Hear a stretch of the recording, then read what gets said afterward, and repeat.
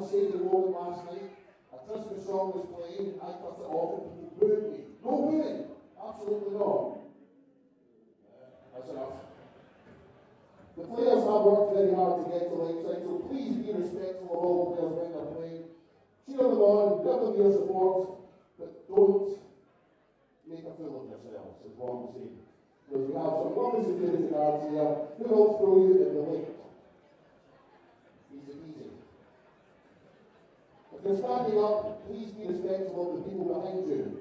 Because, sir, the people behind you don't want to see your backside when the darts is on. Okay? So be respectful of the people behind you. If they're trying to watch the darts, give them a little space. Let them enjoy the action. Last but by no means least, the biggest rule of all, no whistling. Because it drives us all on the pole. No whistling at all when the players are on stage.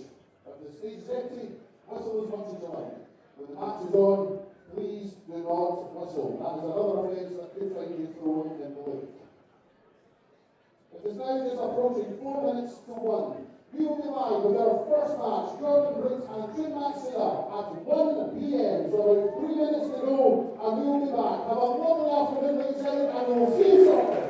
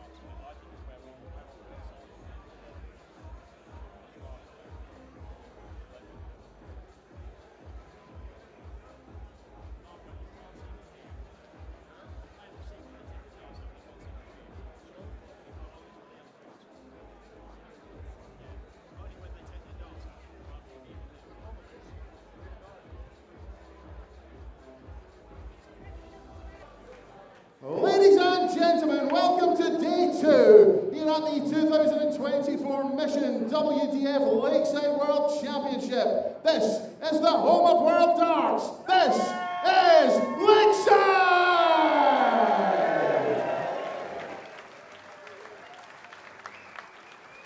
We continue with the men's first round, and we welcome to the stage the former West Japan Cup champion, the former Japan Open champion from Japan, the Katana, Jun Matsuda!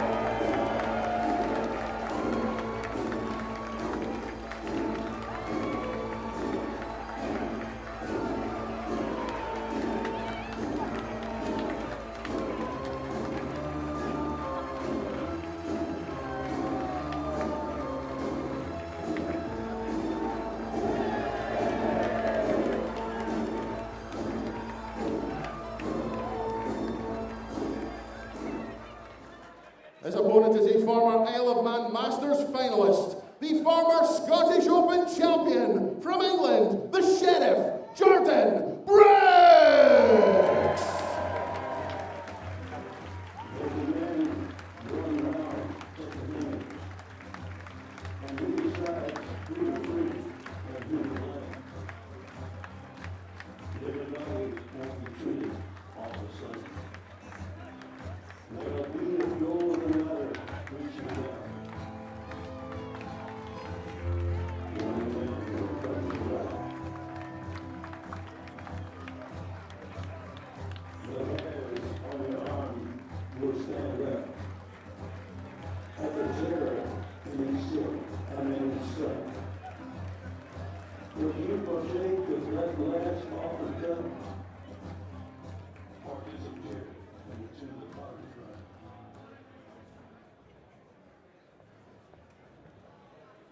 Good afternoon, everybody.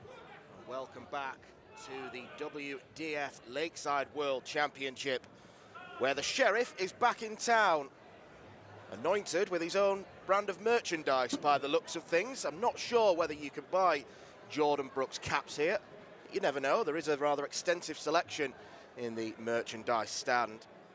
Yesterday was all about England and Belgium. Brian Raman beating Corné Grunewald in the first match of the tournament. Francois Schweyen getting one over on Michael Cassar. And then from the English point of view, Scott Walters and Carl Wilkinson made their way through to round 2. Jordan Brooks is looking to do the same. He is looking to try and play his best darts on the Lakeside stage. To say it hasn't gone to plan for him in his previous 2 appearances would be an understatement. Yet to average above 70 on this stage. We do know he's a very capable player who tends to save his best darts, playing north of the border. There is the Sheriff, the former Scottish Open champion. Jun Matsuda of Japan is his first opponent. Not played too much darts this year, but he's another one who's got a bit of pedigree. He's won the Japan Open in the WDF system. He's also won Asian Tour events in the PDC, represented Japan in the World Cup as well. So not short of stage experience. My name's Dan McCarthy. I'll be in the commentary box for the duration of today and all the way through to Sunday's final. And I'm joined first up by Inside the WDF podcaster and WDF social media guru, Andrew Sinclair. Good afternoon, Andrew. Good afternoon, Dan. Yeah, I have to admit, very much looking forward to this one. Jun Matsuda won a special place in my heart with his walk-on here as a professional wrestling nerd. I know we've got Matt First line, is Jordan through first. But June came out to Power Hall, Riki Choshu's old theme, which I'm not going to bore anyone, but Riki Choshu, one of the most legendary figures in Japanese pro wrestling, and I think Jun's explanation was, I loved the song 30 years ago, and I still love it now, so that will be my walk-on. So, very fun for him, and of course, as you say, Jordan, third time lucky, he's hoping here after some iffy performances previously for him. Yeah, it's not gone to plan for Jordan Brooks in Lakeside. There was a slight improvement in performance last year when he faced the strongman Swede, Dennis Nilsson. He'll know that he's got to do an awful lot better if he is to advance far in the tournament. Yeah, I think in previous years, Jordan's just put a little bit too much pressure on himself. I think the first time he played here, it was a very strange circumstance. He was making his debut, and in his debut, he was playing his best friend, Lee Shewan. So I think it was a challenging experience for him, but he's just probably tried a little bit too hard and then overcompensated for bad visits. You know, but Jordan, he is a very good player. There's a very good player in there. He showed at the World Masters 6 weeks ago that he was playing some excellent stuff. And I just want him to be able to produce that here and produce a performance he's proud of. He's been in the venue today since 9 o'clock practicing, so he's left nothing to chance. He just needs to deliver here. Yeah, we saw him average 101.5 in the World Masters against Gunnar Hastein Olofsson, so that was his highest recorded average in the WDF system. We know he's very capable. He's made a pretty good start here, 4-1 after 12 darts. He's not going to take out the big combination shot. Might look at the bullseye here. No, instead opted for treble 19. It's been a busy year for Jordan away from the hockey. He's not done as much of the tour as he used to because he bought a house this year and he's sort of been doing more life things, adulty things. But he wanted to be here and he wanted to prove a point, and I think his personal life settled, feels he can play his best dart. Next door for double eights. And that's an 18-dart start for Jordan Brooks. He'll be mightily satisfied with that. And I think what Jordan will be pleased with is that he won that leg reasonably comfortably, but there were still some loose darts in there. So if he tightens them up, he'll be on the way to producing a good performance, or at least he will feel that way, knowing the way he looks at, thinks about, analyses his own game. Yes, Jun Matsuda yet to really get going. Making the long trip over from the Far East to play at Lakeside. Yeah, Jun actually won. He won all of his ranking points to qualify here in one weekend. He got to the the final of the bronze event during that weekend in Japan, and then won the silver Japan Open the following day. So he had one fantastic weekend, and that just snuck him in above international teammate and compatriot match at Shusaku Nakamura. So he's been waiting for this moment for a long time, and yet to make an impact so far. Yeah, we do have Japanese representation in the ladies' field as well. Mayumi Uchi will be taken to the stage tomorrow afternoon. Yeah, Mayumi in a similar boat to Jordan, in that she's played here before and wasn't enormously pleased with her performance here last year. And she'll be hoping to put the record straight, but she's in a tough game against Lorraine Hyde, who's in fantastic form at the moment, won the Irish Open just a few weeks ago. So should be an entertaining game tomorrow afternoon, if a slightly more methodical pace. Yeah, Lorraine already booking her place at Lakeside next year with that Irish Open win, along with Finland's Marco Cantella. And we will actually be sharing the dates for next year's Lakeside World Championships later today. A little bit of an exclusive nugget for you there. Bit of a teaser.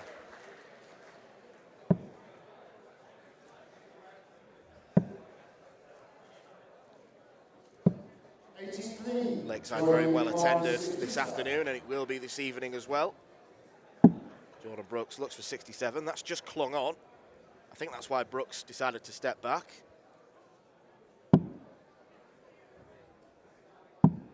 Hits double 8 once again, and Jordan Brooks has broken the throw. Things are going rather swimmingly for the Englishman. Yeah, and I think the real step change you can see from Jordan already in this game compared to particularly the game with Dennis last year. Last year, I think Jordan was trying to make up for the fact that he wasn't performing as well as he wanted to, with a lot of theatrics, a lot of showmanship, a lot of gesticulating, trying to engage the crowd. This time, it's a much more workmanlike, go up, throw, a little bit of emotion. You know, he's a passionate guy, but it's not the same as last year. He seems a lot more dialed in and focused, which can only be helping this game. He's playing a player in Matsuda who operates at a pretty pedestrian pace, and I just wonder whether that's actually helping Jordan, because it's giving him time to relax, to refocus as he waits for his throw. Yeah, eyes locked in on the board, just practicing, ticking over, and you know, I think Jordan's too good a player to not have won here yet in his 3 appearances. And he's showing so far the quality that we've known of him on the tour. With that win on the Scottish Open last year, getting to the semis of both Scottish events this year, there's always been a very capable player in there, and that's going to be the case when you play a lot of darts in the Fleetwood, Blackpool area, and your regular practice partners are Wes Newton, Lee Shu, and all the guys that are based in that part of the world. So he's been playing with Wes and Lee for a long time. So he's always been capable. Winner of this match will take on the number 4 seed, Brandon Weaning of Australia, another debutant. There is generally more Lakeside experience on the stage for this afternoon session. We've got someone in each game who has played here before, whereas last night of the 8 players, only Brian Rahman had ever played on the Lakeside stage.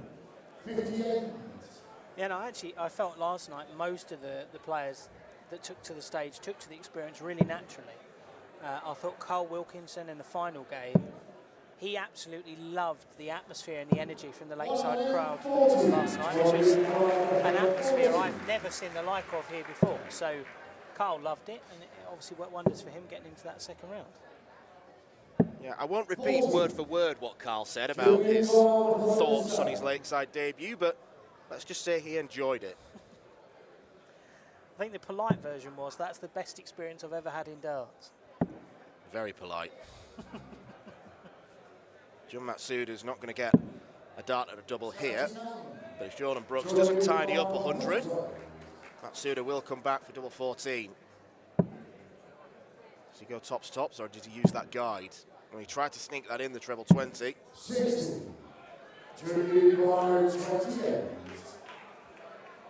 First poke at a double. Down for double 7. 21. Weren't particularly good darts. 40.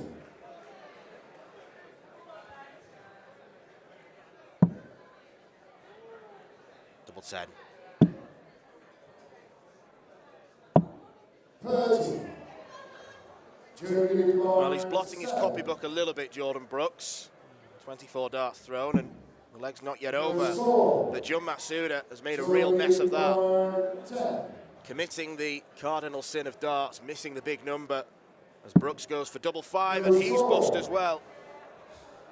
And that composure and focus I was talking about Jordan demonstrating in the first two legs may, if he loses this one, start to go away from him a little bit. Sarcastic cheers from the crowd. Jun Matsuda can see the funny side. Jordan Brooks cannot. No. I think he'll be frustrated at himself with that, Jordan, but still in a comfortable position in this, even if he has lost the break. Yeah, he'll be annoyed, Will Jordan, because he looked very likely for a clean sweep of the first set.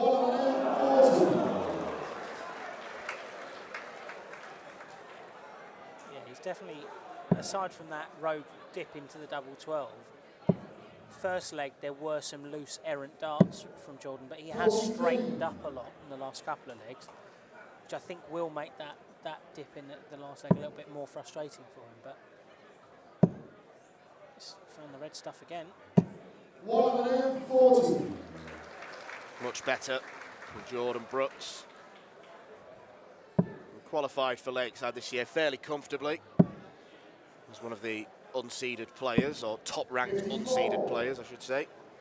Yeah, I mean, Jordan did most of, it was a 2-year ranking system. Jordan picked up most of his points in 2023, where, of course, won in Scotland, but also had good runs in the Isle of Man. He got to a final there, lost to Martin Atkins. Played some really good stuff within the British Isles, and then this year, as I say, pared back the amount he was prepared to travel because he was buying a house and, you know, with his girlfriend, they've got a dog, and, you know, he's pretty content with life. Actually, he joked to me yesterday, if I lose tomorrow and I've, you know, lost 3 times here in the first round, I might just pack it in and enjoy my house, enjoy my dog, enjoy spending time with my girlfriend and just chill out. But I'm not sure how serious he was. Because if he wins, the fire's going to be back in the belly, isn't it? So.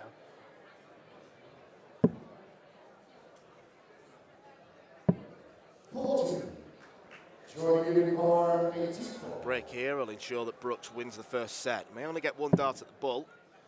He's not going to get that. Went treble 13. Wanted to leave tops, but that means coming back to the board. If he does, he'll have to burn a dart. Jun straight in with the treble. Double 6. That's a much better effort than taking out 84. So, in this first set, we are going all the way. Not something that looked particularly likely after the first 2 legs. No, I think Jun's got a smile on his face now. I think maybe he's starting to find his staged legs, as it were. Yeah, I don't know. Jordan played well in that leg, and then just getting down to 84, he made a mess of it. And Jun found that treble first start, which just opens up the opportunity for you to double. So, yeah, the Japanese player has always been very capable. Actually played in the PDC and WDF World Cups last year for Japan, so has international experience, or maybe not as a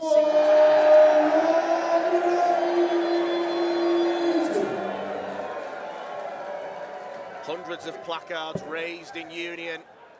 Marco Meyer with the first 180 call of the day. That was a marvellous call there from Marco. It was full and with chest, as you like to see on the Lakeside stage.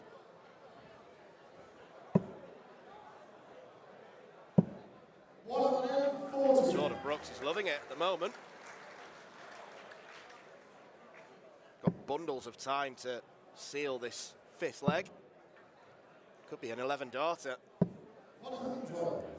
Jordan 96. Double 18. Double 9. 88. Well, he opted to split, which is probably the sensible call with Matsuda way back on 304. He's going to have a lot of time from that double 4 with Matsuda. 81. Still back a long way behind. Not a finish. 13 darter, Jordan Brooks takes the first set. Really stylish way to do it.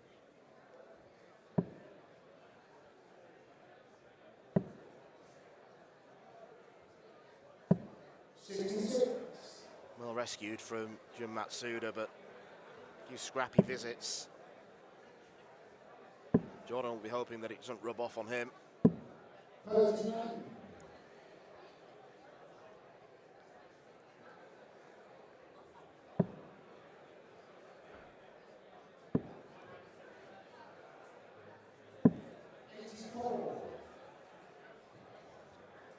Big day at Lakeside as we have a mixture of round 1 and round 2 games this evening.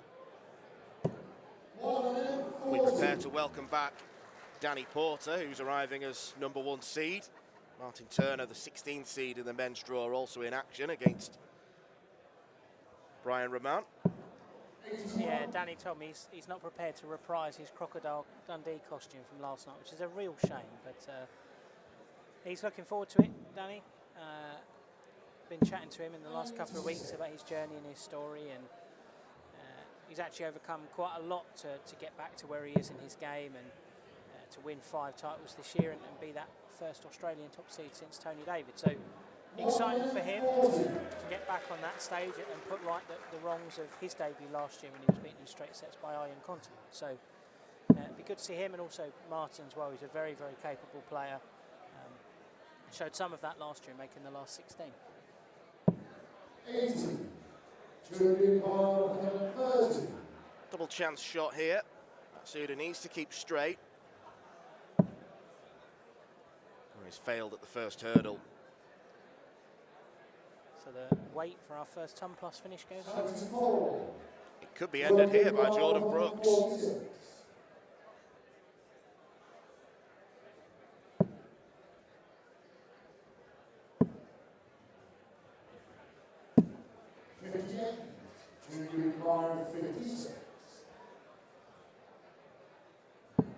Double top. Decent hold of throw from Jun Matsuda.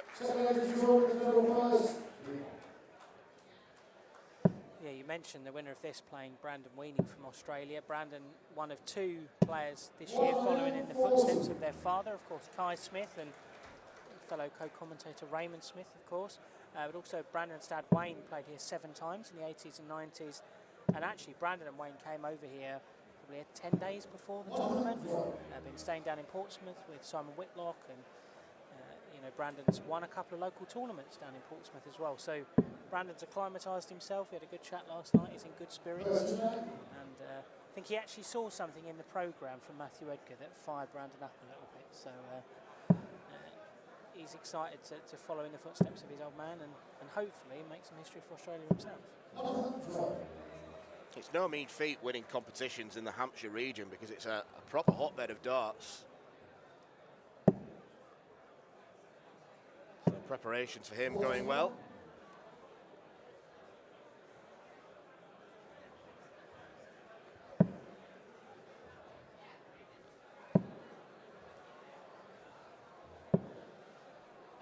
Worth a mention too, one of June's sponsors are Elstar, one of the tournament sponsors as well. So I mean, I'm not entirely sure how it works. I think June's, he's got Dynasty barrels, I believe, and then the Elstar shafts and flights. But I know that the Elstar team have been here supporting him and encouraging him, and obviously the same with Mayumuchi as well, part of the same stable. So.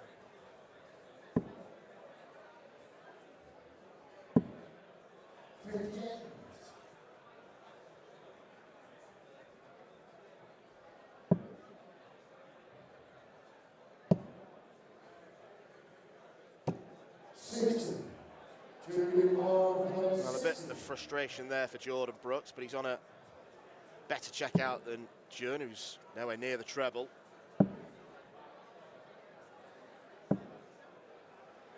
It started as a nice switch there, and then last night a little bit loose, a little bit ragged, dropping into the single 4.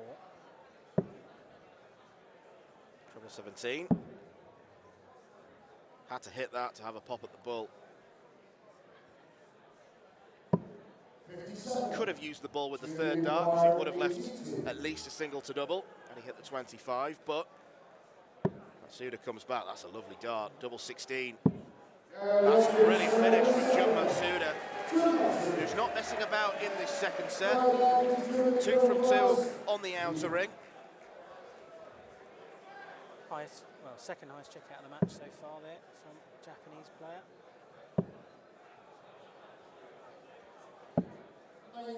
Who's not particularly flashy, but he's proved solidly effective in this one, even though his average is a fair few points lower than Jordan's at this stage.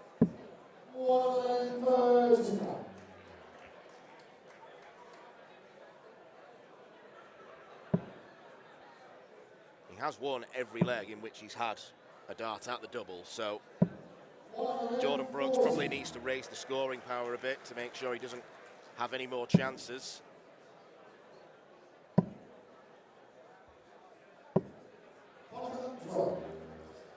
Bit of a snatch with that last start from Jordan there. Dropped right into the bottom of the 20.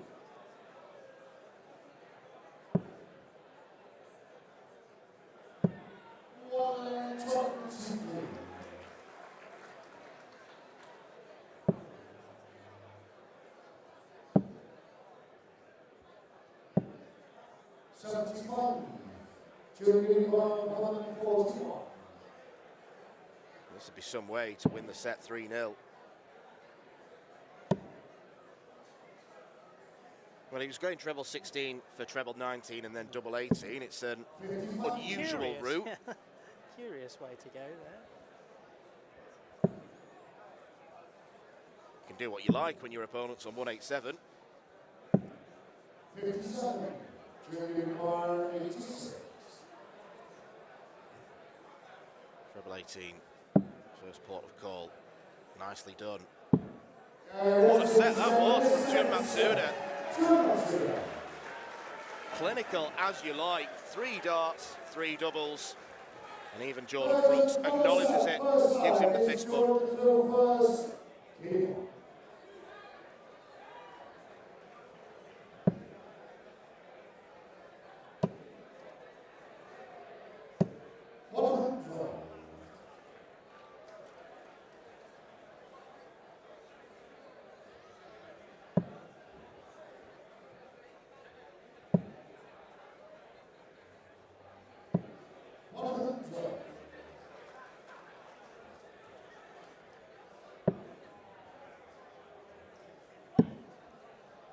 First ladies game will take place after this one.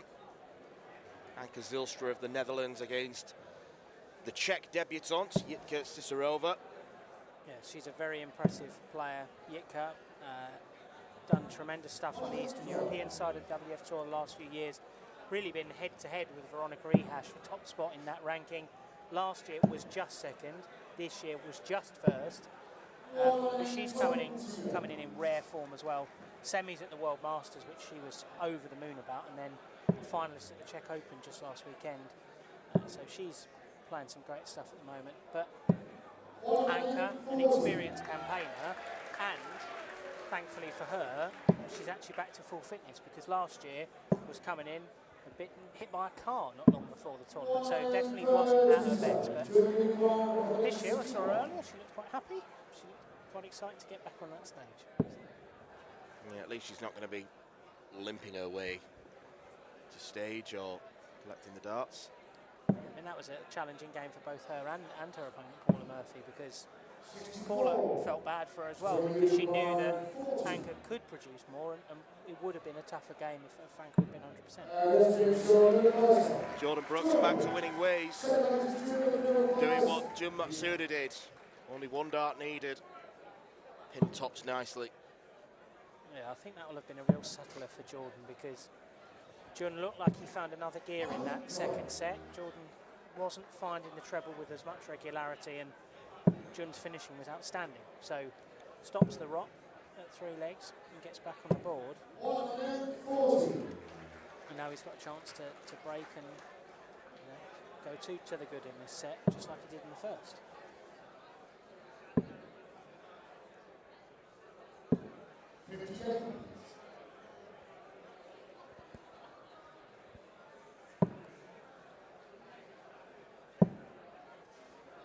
Jordan doing his best to make sure that he doesn't get embroiled in a game. Second maximum landed by the man from Fleetwood. Changing walk-on this year, I noticed, for Jordan as well. He used to come on to Michael Jackson's Beat It, but this year the man comes around by Johnny Cash, which I admit I'm also quite partial to a bit of Johnny Cash, although, as I say, not quite as world-class for a nerd like me as Power Hall Jim came out to. I think we should have everyone come out to old Japanese wrestling themes. I think that would make my week even better. It would have the opposite effect on my week. 96. We've seen him have a go at this for an 11 darter. It's not going to go this time. 56. Junior 150. This would be to hold his throat. Good start. Another treble 19. Not to be on this occasion. That first start was so good. I thought he was in. 78. Junior 40. Back-to-back tops. Yeah, that's good from Jordan Brooks. Well, the second and third set have been an exemplary display of finishing from both players. And that was the first real bit of emotion Jordan showed after that leg. A fist pump, a little roar, a little look to his friends and family who are here to support. He probably can sense that the finishing line is in sight after those heartbreaking experiences the last couple of years. Important break, and Jun Matsuda is in the unenviable position of having to break, hold and break again to preserve his lakeside chances. Yep, no two clear legs in this opening round format. 177. That wasn't a roar, that was more of a yelp. He's feeling it now. Jordan, there's a snarl and a menace on that face. Because this is what he knows he's capable of. 90.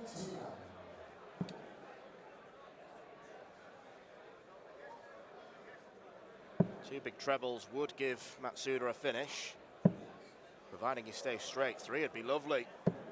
140. It's down to 164. Jordan Brooks, barring a darting disaster, will be on a much better finish. 100. That's not bad. Junior 164. Another massive combination is not going to go.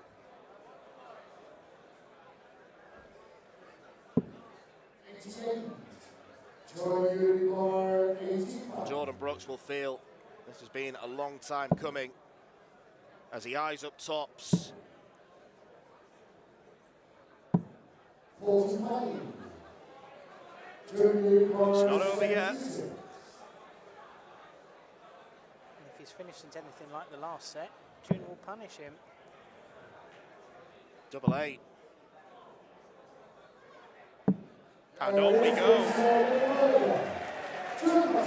Two match darts missed by Jordan Brooks, and Matsuda steps up, royally punishes him.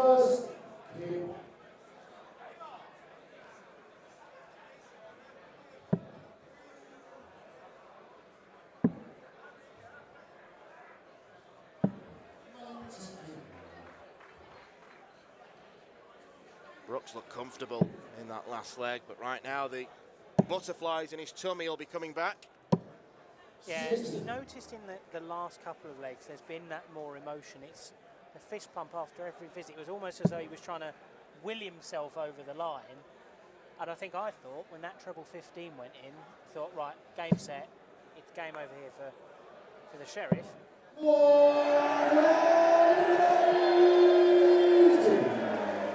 But now the turntables. There's no question that both players have significantly raised their game from the early stages. Matsuda in particular averaging 84, Brooks 88, so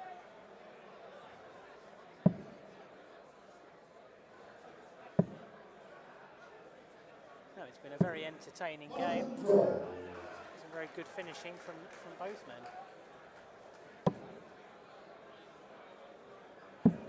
Well, Brooks right now is probably expecting this to go to a last leg decider. That was a very ragged visit there from Jordan. Missed all three of the big numbers he was going for. So Jun under no pressure, and you feel he's got a slight mental edge now in this one. Brooks will have the throw, but as much as that is an advantage, it brings its own pressure. It's got to be a good opening visit if we do go all the way, which we expect. Matsuda wants 70. He's got choices, 20 or 12. Opts for 12 to leave tops. And you do wonder how much the emotional baggage of Jordan's games with Lee and with Dennis start to come into focus now, having had those match starts and now finding himself under pressure.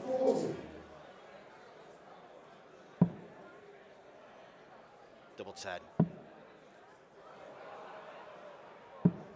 Double 5 found, and we are going all the way.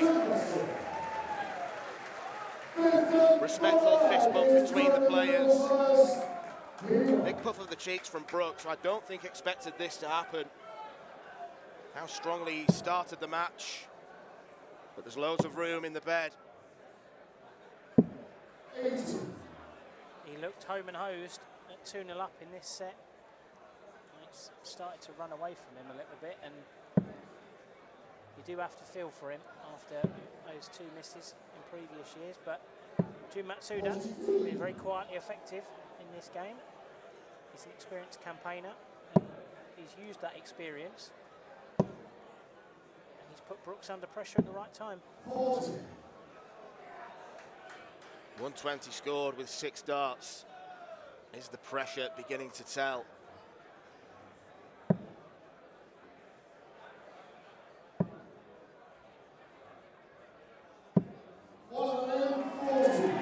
Well, it's been a dogged display from Matsuda, who looked a bit of a rabbit in the headlights in the early stages of this game.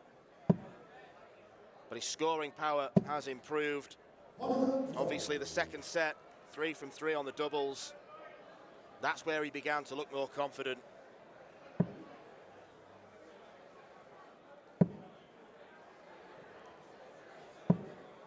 Yeah, he's been very just steady and consistent and effective in this one, Jun. Not a ton of flashy visits. Yes, there's been the 180 from him, but he just sort of consistently has found one treble per visit and has got himself down to finishes. And in that second set, he didn't make any mistakes. So, and in this set as well, he's taken the chances that have been afforded to him. 76 to keep the match alive, and of course, finding double 5 with the last dart in hand in the last set. 1-3-4 is a lovely visit. First to a finish and a makeable 1-2. Jordan Brooks has found the first treble with the first dart, but he hasn't been able to follow it. So Matsuda's going to step up with a chance to win. 2 darts at double 12. Jun Matsuda seals the victory, and it is more league-side disappointment for the Sheriff, Jordan Brooks, who had 2 chances to win the contest. It was a much better performance from Brooks than his previous 2 attempts, but that will be no consolation to him now.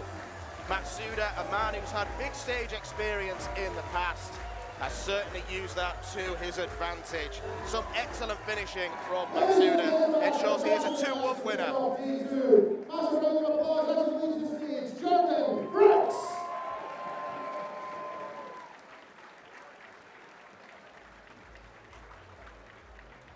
And into the men's second round from Japan, Jun Matsuda.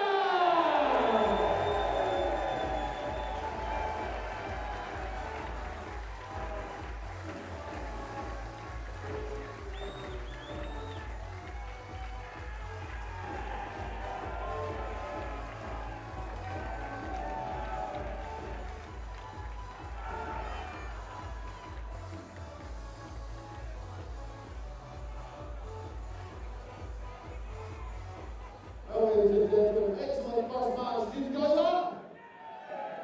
Excellent. 4 more fantastic matches still to come this afternoon. We'll be back in about 10 minutes' time with our next match. It is the first of the ladies' matches at the 2024 Mission WDF Lakeside World Championship. And Kazilstra from the Netherlands taking on the Czech Republic's Jitka Cizarzova.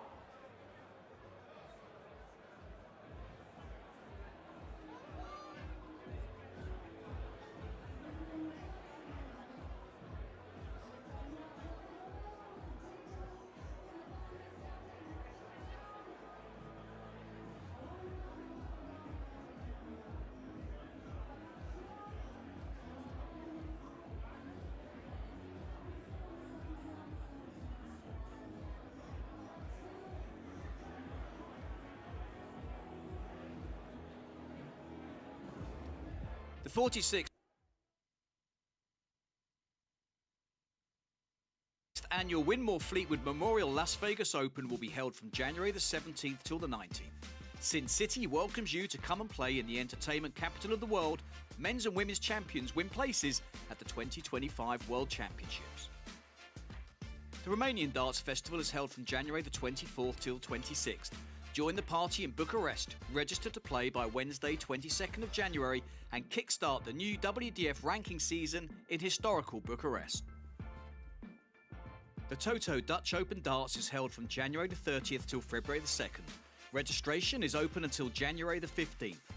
The Toto Dutch Open Darts is by far the largest darts party in the world that you should not miss, and the men's and women's champions go to Lakeside in December 2025. The Isle of Man International Darts Festival is held from March 6th to 9th, a triple header of darting fun on the Isle of Man with the most beautiful surroundings. The Swedish Open and Masters takes place from 15th to 17th of August, a popular tournament for many of Europe's best arrowsmiths. The double silver weekend always provides great entertainment. The Latvian Open and Riga Open are held from October 17th to 19th. One of the biggest tournament weekends in the Baltic region is near the end of the 2025 WDF season. An excellent chance to pick up your much-needed points in this silver and bronze weekend. For more information on each of these tournaments, go to the link in the description. A special thanks to our tournament sponsors and partners, Mission, Blaze, Quiff, Great Game, Dart Connect, L-Style and MasterCooler.com.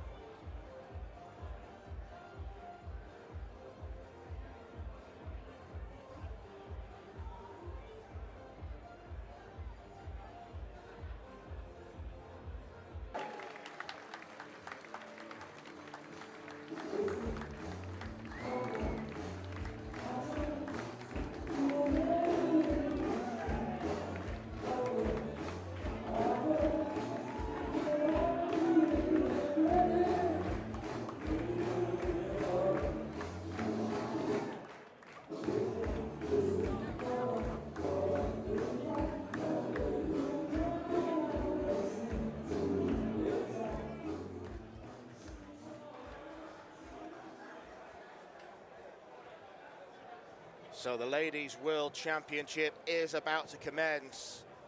Who can possibly stop Bo Greaves from claiming a hat-trick on this fabled stage? Very few people think there are many contenders. But Anka Zylstra and Jitka Cizarzova are two of the runners and riders. Very much opposite ends of the spectrum in terms of lakeside experience. For Anka, she's playing here for the 6th time in her career. But it's not exactly given her too many happy memories. Apart from a quarter-final on debut in 2016, She's lost every single one of her matches, not even winning a set.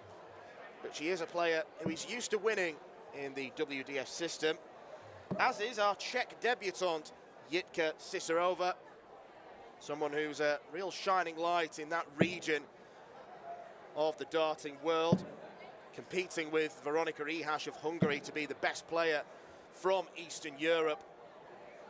These two tend to play a lot of darts. Jitka comes into this on the back of making a final just last week, losing to Kirsi Vinikainen in the Czech Open. She is the reigning Hungarian Classic champion. That was her most recent victory, and she had a very good run at the World Masters to the semi-finals, losing out to Rhian O'Sullivan. Delighted to say that Raymond Smith has joined me once again in the commentary box. And Raymond, at one point you were about to make your debut on the Lakeside stage. What do you think is going through Jitka's mind right now, particularly as she's playing someone like Anka, who is a seasoned campaigner here? Yeah, I think for Jitka there'd be a lot going through your mind. You know, you're concerned about how you're going to play, how you're going to look. First set, first leg, it's Anka to throw first. But yeah, I mean, go through all the pageantry and the process, and make sure you're doing the right things. You don't want to look silly out there, but yeah, hopefully she settles in quite easily or quite quickly. 22. Well, Anka is back to full fitness, as myself and Andrew Sinclair were talking about in the previous game. Last year at Lakeside, she arrived here only a few weeks after suffering a car accident, so she was hobbling on the hockey. Wasn't particularly comfortable for her. Yeah, it'd be hard to give up a Lakeside spot. It'd be hard to give up any spot in any televised event. So credit her for pushing through.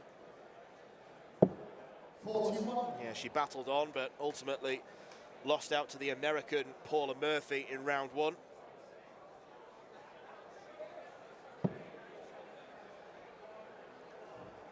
Jitka trying to find her feet at the moment, looking a little off balance. 95.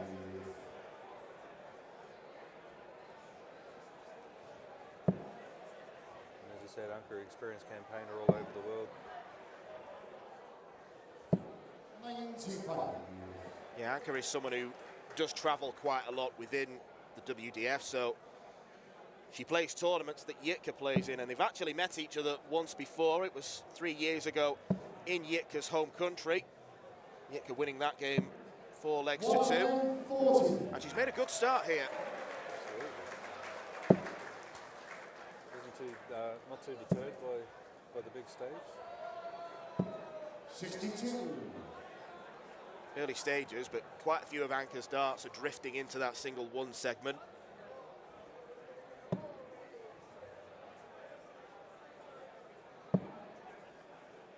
Jitka's looking really solid. You can hear the sound of the dart when it's hitting. 140.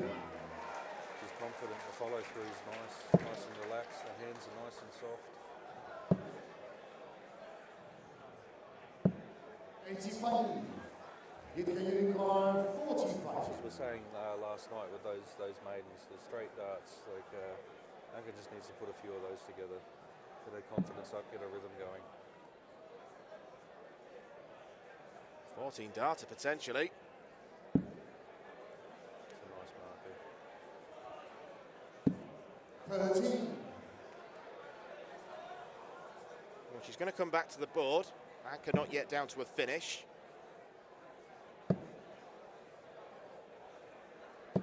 60. That's a good set. Jitka Unicorn 32. Third attempt at double 16. It's quite a way inside. Next door for double 8. Just in the line of it. 16. Anka Unicorn 136.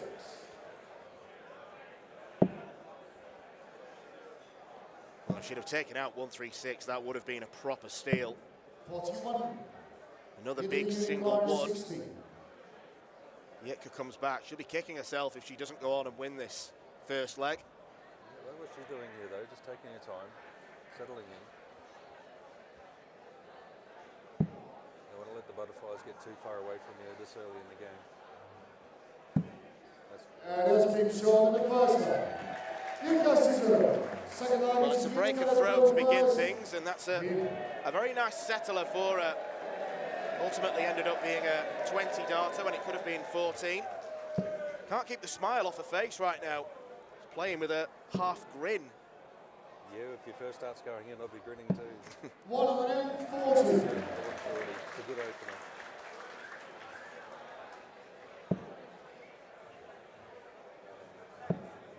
Superb scoring power shown by Yitka. 45. On the back of it, Anka is just not putting the shots together, not building into a leg.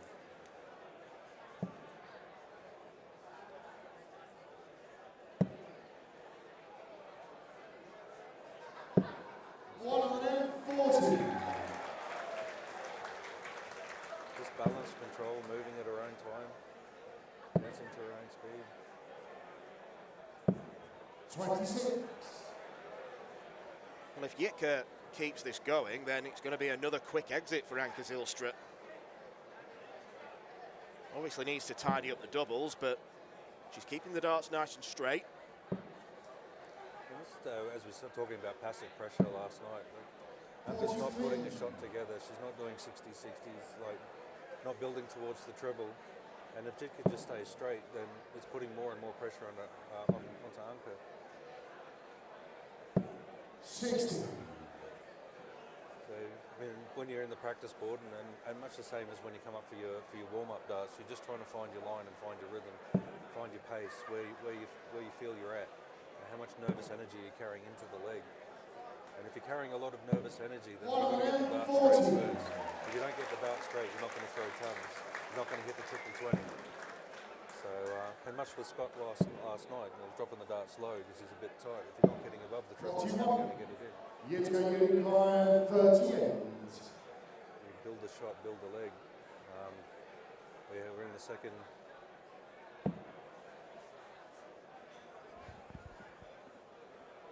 Yitka opting to split.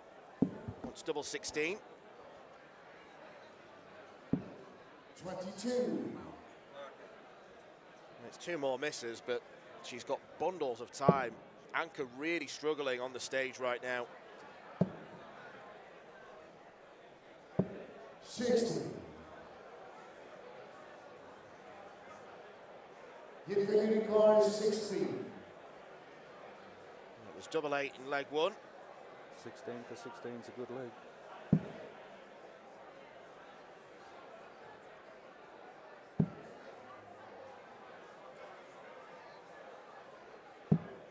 No score.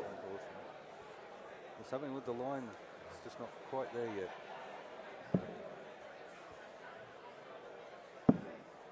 Smart play coming down, bring it back to the 60. Good set. Gets down to a finish, but not exactly pressure. Not even the biggest finish in the game. Yitka looks at double 8 once more. Finds it, first time of asking. Third leg is on going to throw first.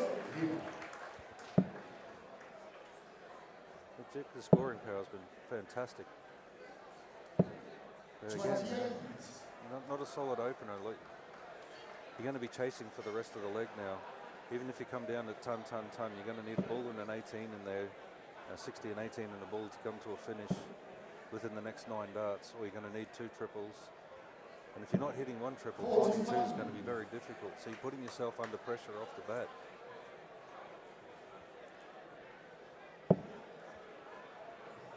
Winner of this takes on the number 8 seed, Desi Mercer of New Zealand.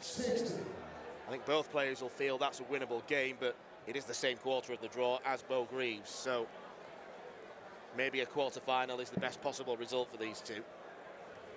The way Dick is playing at the moment, I wouldn't put a lot past her. She's looking very confident, very relaxed. Scoring power is good. But if you look at the way that she's moving around the stage, just her body language, everything there is spot on. That's all I can say. She looks completely relaxed, Yeah. which is no mean feat given it's your debut. Absolutely. So she's obviously very confident in her process. So she's practicing in the right manner. She's doing the right things. She's focusing more on process than outcome. And the process is taking care of the outcome at the moment.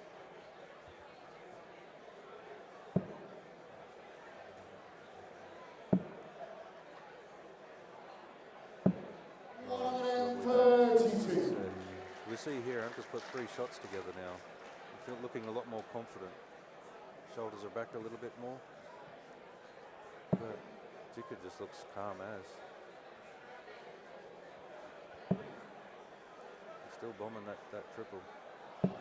95. Very, very impressive from the debutantes. Just stay straight on 160, get down to a ton. 60. That's what Anka's done. Building into the leg. So now you put the pressure back on to Jitka now. She's got to take out 140. I wouldn't put it past her at the moment. That's a lovely dart.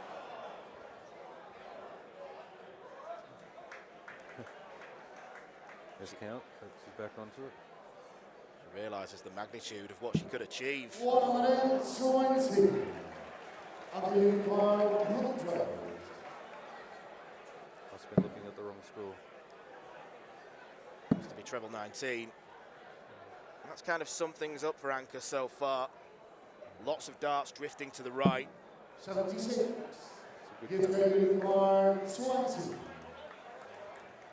But to come back and harp on that straight, you know, how important straight darts are. You hit the 61st dart, your 2 darts are tops. You know, but not only that, there would have been the 5th shot in the row that Anka put together, and then that builds you into the next leg, which builds you into the rest of the game. Well, that is a dream first set at Lakeside for Jitka. First leg, it's got to throw first. I think Jitka there's had a shot at a 15 darter every leg, so scoring power is there. The doubles not so much, but still the legs are fantastic. 80. Fortunate that that second dart bounced off the first. Almost getting lost in the lighting box there.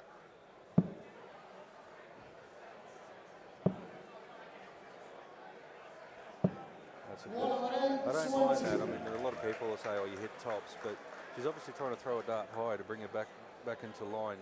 She wants to start with a good shot. If she started with a good shot last time, then it brings her 3 darts closer to the leg. You're saving yourself that little bit of pain off the start. So I don't mind that at all. And obviously it didn't deter her too much. Come back with a 60 right behind it. But Jitka is just solid. Playing wonderfully though. I don't have the first 9 average in front of me, but it wouldn't surprise me if it's near to a ton. That's so impressive. Yeah, but she's making it look so easy as well. You know, as I said, she's dancing to her own tune at the moment, in her own rhythm, in her own time. 140.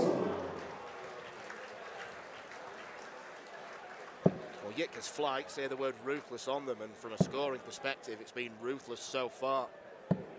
45. Anka not playing well, but she's been afforded no chances.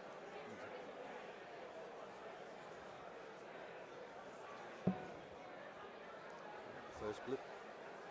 That wouldn't surprise me if she picks it up. 41. There's an opportunity for Anka here.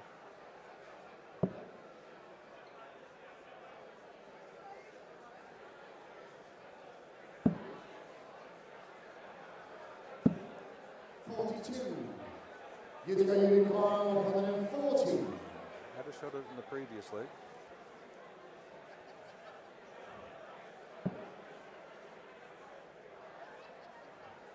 Not going to get one this time. She just seems to have lost her line a little bit here. 80. Well, as commentator's curse last night. So a reverse commentator's curse. Yeah. Good outcome.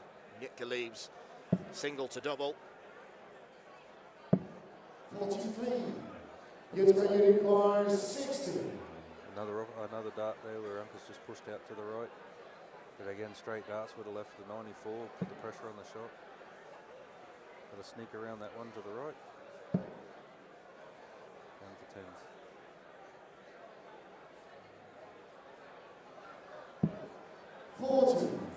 It seems on the side of the board, Jitka there's just not finding the line. I'm not sure if she's a little bit angled in the feet or a little bit of nerves maybe. 60. Jitka unicorn 20. Once again, Jitka's allowed to return to the board.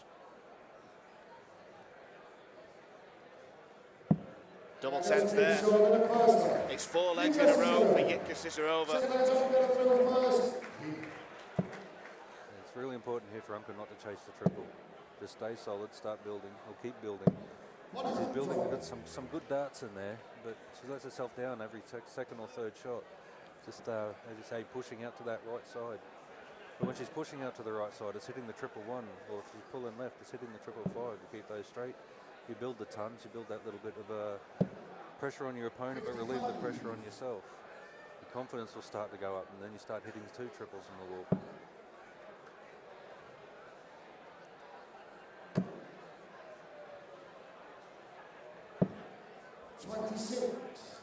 Too many of those types of visits from Anka.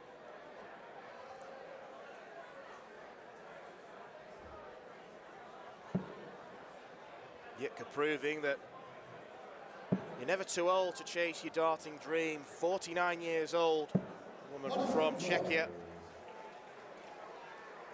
And that's a lovely balance set, coming back from a poor opener.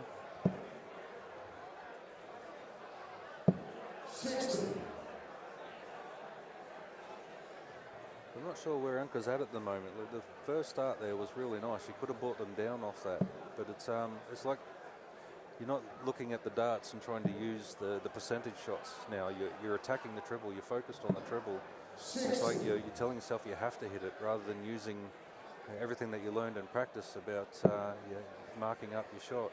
But that one you could have a look at the right side of the triple. This one should come in and under. Perfect. So you've got to use the darts. Aim like the second dart where the second dart lies. You've got 110% chance in, as opposed to a normal, should I say, 50-50. But if you hit the darts, you've got like a 70% chance of going in.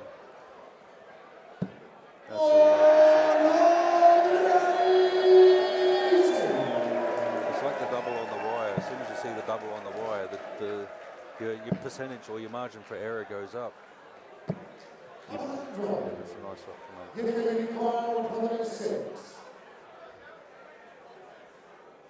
I don't think Jitka can believe quite how she's performing.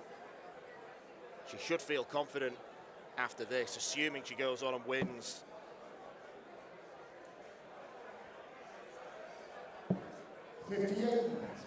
Other unicorn 134.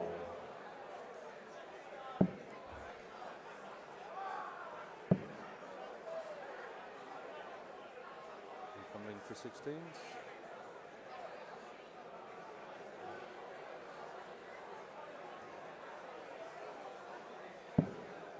It's a good setup. So you'll be coming for the 16 route, I'd say, and her line on the 16 and 32 has been a little bit off to the right. Oh, sorry, off to the left. So you've got to adjust that line, set your feet nice and square.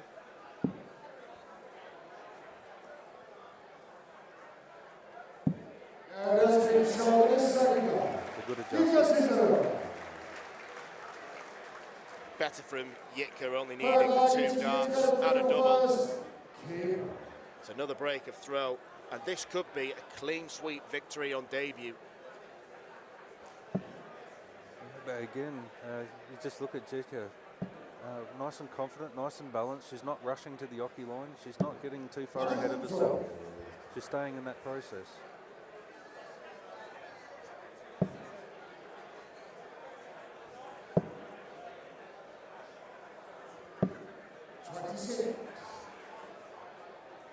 Unfortunately, Anka just hasn't built a solid opener to any leg at the moment,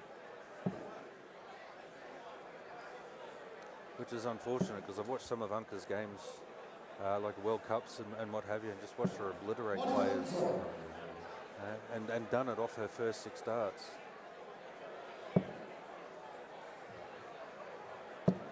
She's a much better player than what she's showing today, but it's almost a lakeside curse. Yeah, darts like that one there, that last dart.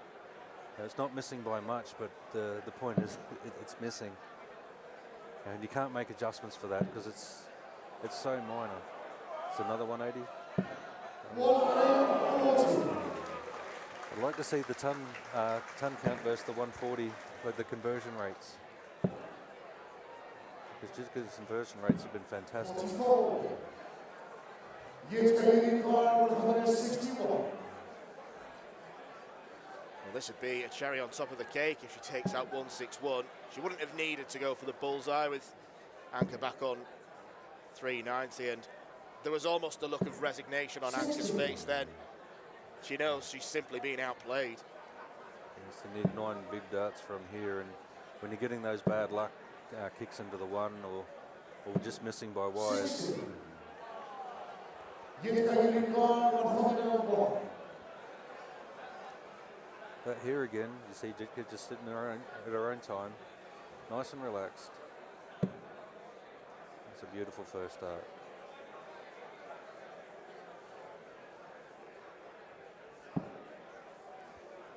Maybe a little bit of a thought about the finish line instead of the big numbers. How many times have you heard you can't miss the big numbers?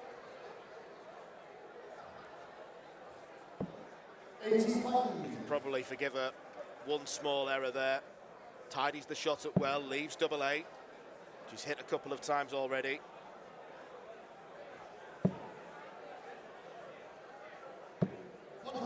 Only a max would have done for Anke in that position. So Yitka Unicorn 16.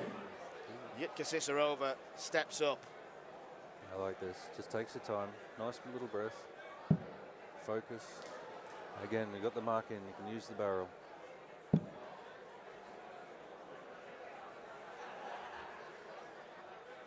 The suspense. Oh. Lovely dart. Unlucky. So often the hardest dart to hit, you'd say, Yes. the match winner. Oh, that's unlucky. Well, if it wasn't for bad luck, I don't think Anke would have any luck at all. 60. Well, A little bit of showmanship at the yeah, end. nicely done. Well, if that is to be her parting gift, it was a pretty good one. Anke can smile about it. Yitka wants double 4. That's a good line.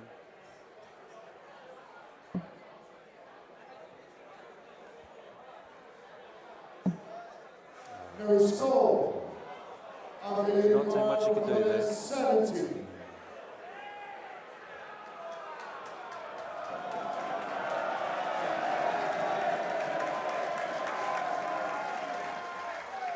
Correct me if I'm wrong, but I don't think Anke thinks she's going to hit this. The body language would support that.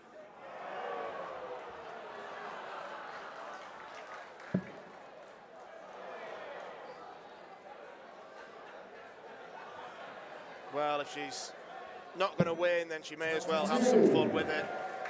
Absolutely. Yitka Unicorn 8. Yitka has missed 6 match darts. Just needs to steady herself. She's got the weight right. Game, set, tournament. Well, Yitka as far as Sisarova. lakeside debuts are concerned, you will not find many more accomplished than that from Yitka Sisarova, the 49-year-old from Czechia, with a fantastic performance as she gets the salutes from the crowd here. The scoring was superb throughout, and if she can tidy up the doubling, then she could be a dangerous player throughout the competition. Yitka Sisarova, 6 legs in a row, beats Anke Zylstra 2-0. Ladies and gentlemen, a massive round of applause as she leaves the stage. Anke Zylstra.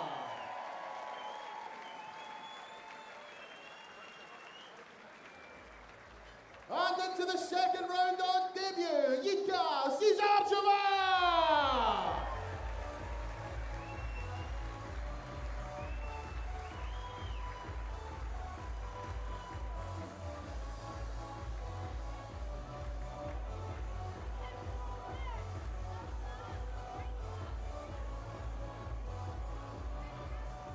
ladies and gentlemen, we have got a little bit of a wait before our next match.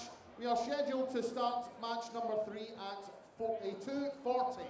So that is 20 minutes from now. So time to have a drink, have a bite to eat, go out for some fresh air, whichever you like to do. But we will be back at 2:40 with our next match. Back to the men's competition as Scotland's Mark Barilli takes on the Republic of Ireland's Shane McGurk.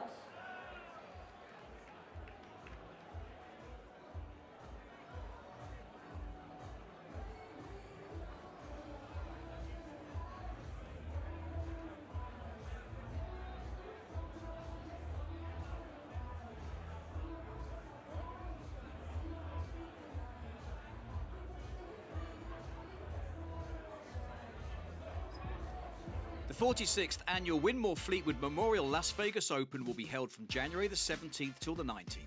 Sin City welcomes you to come and play in the entertainment capital of the world. Men's and women's champions win places at the 2025 World Championships. The Romanian Darts Festival is held from January the 24th till 26th. Join the party in Bucharest, register to play by Wednesday 22nd of January and kickstart the new WDF ranking season in historical Bucharest. The Toto Dutch Open Darts is held from January the 30th till February the 2nd. Registration is open until January the 15th. The Toto Dutch Open Darts is by far the largest darts party in the world that you should not miss. And the men's and women's champions go to Lakeside in December 2025. The Isle of Man International Darts Festival is held from March 6th to 9th. A triple header of darting fun on the Isle of Man with the full surroundings. The Swedish Open and Masters takes place from 15th to 17th of August. A popular tournament for many of Europe's best arrowsmiths, the double silver weekend always provides great entertainment. The Latvian Open and Riga Open are held from October 17th to 19th. One of the biggest tournament weekends in the Baltic region is near the end of the 2025 WDF season. An excellent chance to pick up your much needed points in this silver and bronze weekend. For more information on each of these tournaments, go to the link in the description. A special thanks to our tournament sponsors and partners, Mission, Blaze, Quiff, Great Game, Dart Connect, L-Style and MasterCooler.com.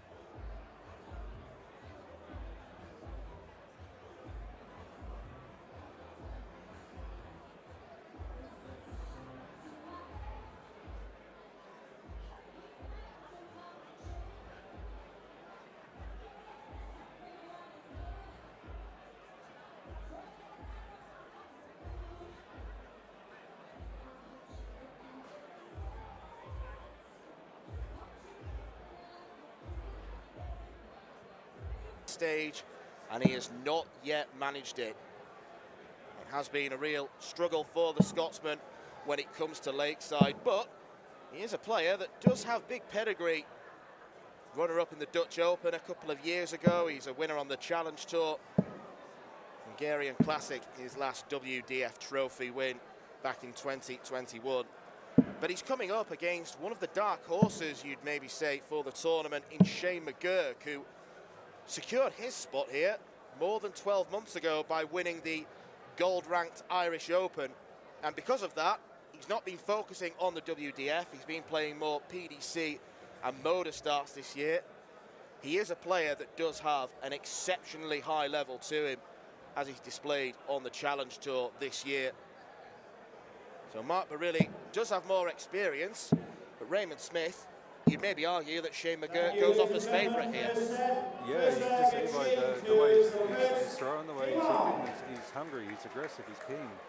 So, yeah, experience is one thing, but yeah, the passion, the hunger, that's something completely different. But he's always straight off the bat, he's dialed in, he's looking pretty keen.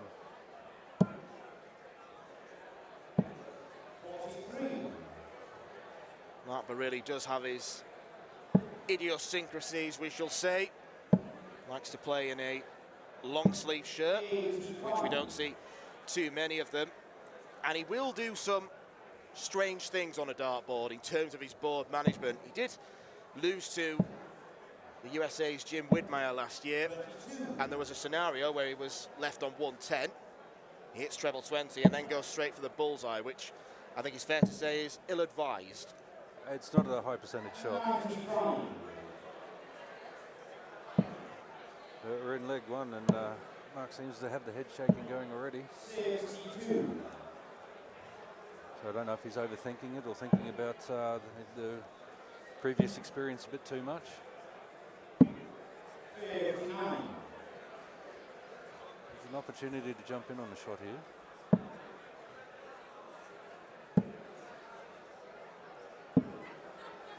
Much like Unker, he's hitting the 111, but he's not missing the triple 20 by much. Range not quite there yet for Mark Barilli. That's a lovely shot. But you're against the arrows here, so wouldn't be too fussed about it. 18 for a very solid first leg. It's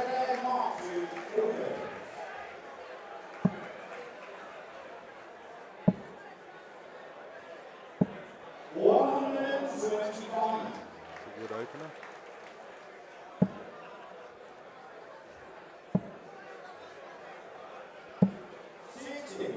A solid darts bow, Shane. He's not too fussed about the opener from Mark there.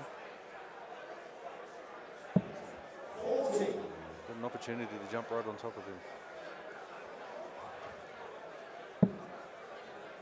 I did mention briefly that he does have a high-level game in him, and he showed that as recently as 4 weeks ago on the Challenge Tour, an average of 119.29 in whitewashing Stefan Hendrik of Belgium. Now, that's not just one of the highest averages recorded in the Challenge Tour, that's one of the highest averages recorded, full stop.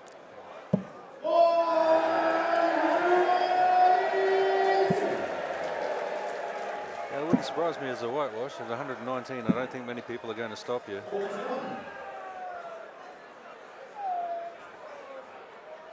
I just like how straight his darts are.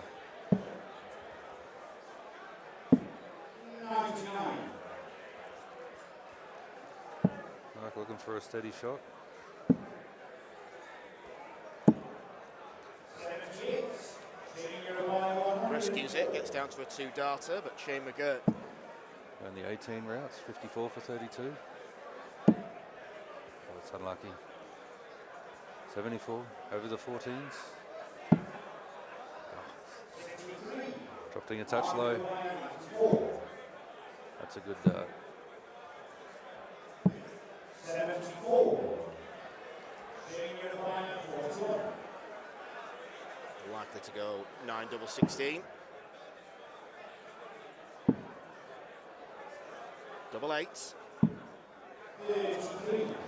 Didn't adjust, stayed on the inside line. Better from Mark Barilli. Bit of experience coming through, but from Shane's perspective here, he's back on that straight line again, filling that triple 20. It's a great opener. It's a good way to bounce back from a few missed doubles. 66. Can he keep it going? That's a great dart. You thought the 9 was on? We were being teased.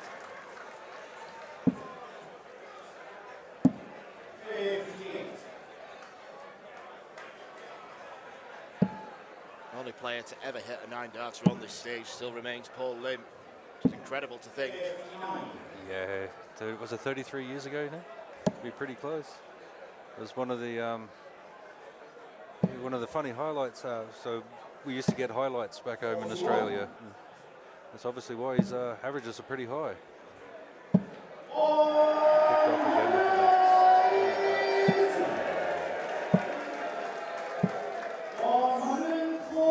the Mark certainly picked the pace up then. Yeah, you wonder if there's a bit of gamesmanship there, but maybe he's thinking that Shane's on a bit of a run. Everyone wants to see that 9. Yeah, he's pulled it back into his normal speed. I think he was just trying to get Shane back into a nice little bit of rhythm to see if he could. Mark does have that ability to play at different paces depending on the situation of the game, depending on who the opponent is. Look at his technique, it's nice and compact, fairly simple. You know, it doesn't overcomplicate it a great deal. So yeah, I mean, technically, it's not, he can throw at any speed that he wants, probably just about any range that he wants. 59. First blip in the leg.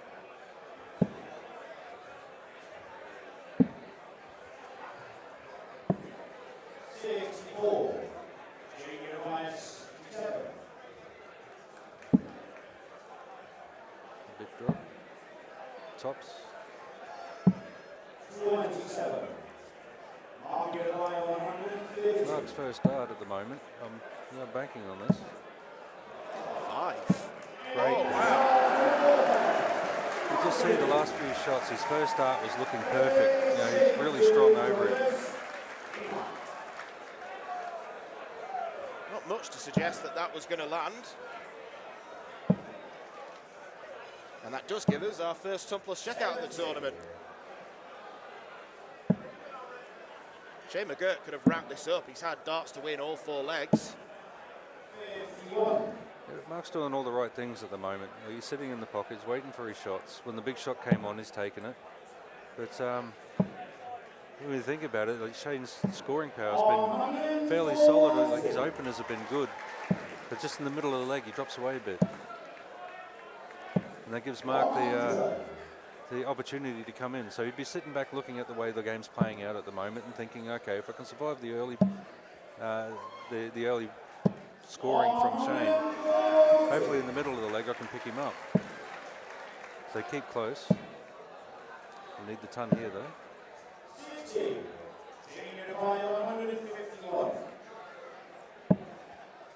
Wrong side of the wire, but incredibly it's 2 apiece, but there's a 26-point gap in the averages. The experience of Mark, I'd say, just as I said, sitting in the pocket, waiting for a shot. When the shot comes, make sure you're ready for it. To seal the first set at Lakeside. Down for double 10. There's a little tilt there after that second dart. I think he fancied it. It's a little bit of poor board management there. Hit the 19 on that first dart. You've got to go up, leave the 167.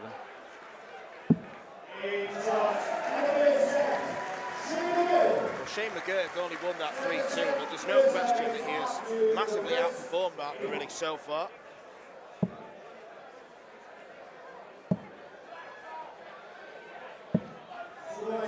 5 first-round exits for Barilli, and then he lost in round 2 last year because he was a seeded player. Seems like this stage is something of a curse for the Scotsman. But there's a lot to like the way that that Mark plays. He's obviously very comfortable. He's well practiced. He's confident. But it seems, I don't know, it just seems like he's not focused 100% of the time. But I can see how he wins tournaments, because if he's focused, he can just do this and make it look effortless. If that first starts in the treble 20 for Mark, he can follow it. But if it's not, he flounders a bit. No floundering from Shane McGurk.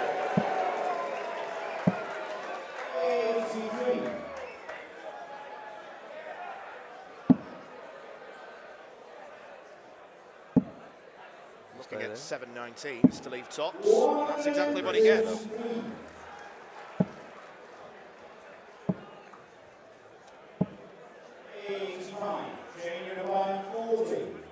Looking confident on these tops.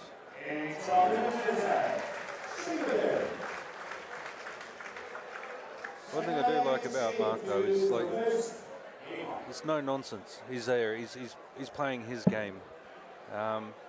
You know, Shane looks like he just wants to get on with it, but you know, and you hear stories of players trying to slow play other opponents up and what have you. But it's look like Mark's just trying to focus on his game. He thinks if he gets into his groove, he's in control. 81.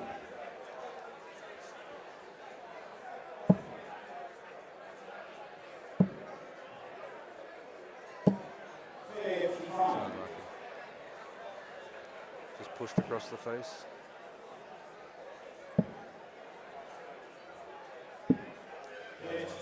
Late switch, you can see in the eyes, it switched late. That's a great look at the power through that. Second, just clearing the first one easily. 121. Blink and you'll miss it from Barilli. Highest average we've seen so far came courtesy of the man who lost the first match, Corny Groneveld, of around 87. Shane McGurk's on course to smash that, averaging mid-90s. Looking comfortable at it as well. 54 for tops. It's the second time he's dropped just short of that 54. I think he did the same last time as well. It's a percentage shot.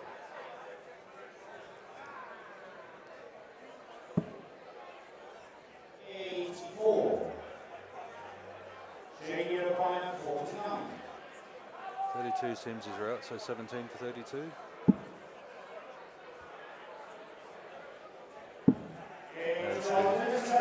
See where his 17 landed, he's almost like he was trying to set up the weight. 17, that nice straight line across to the 32, trying to set the weight up, and then all you have to worry about is the line.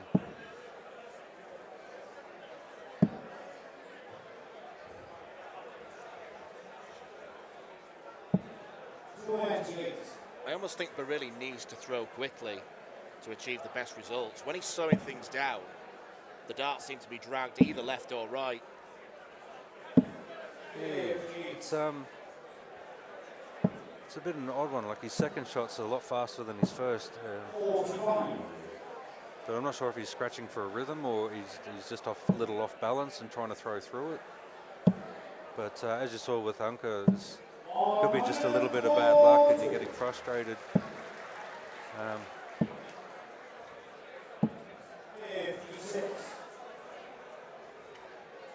down for 19s.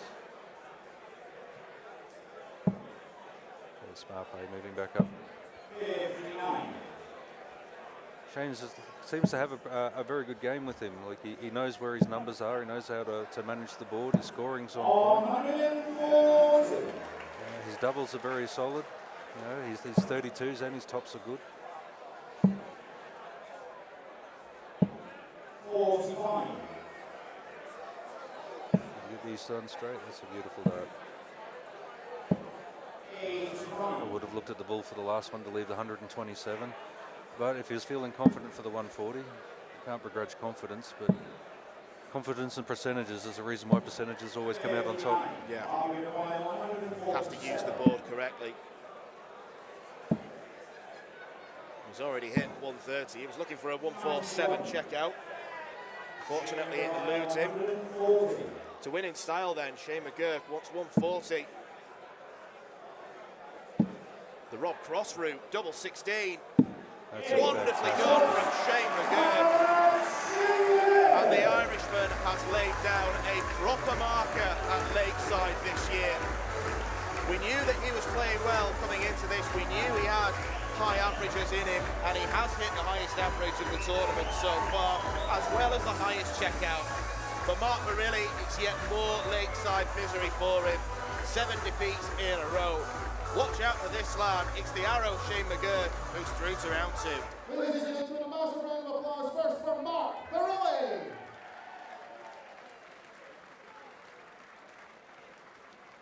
And into the men's second round, the man of Ireland, Shane McGurk.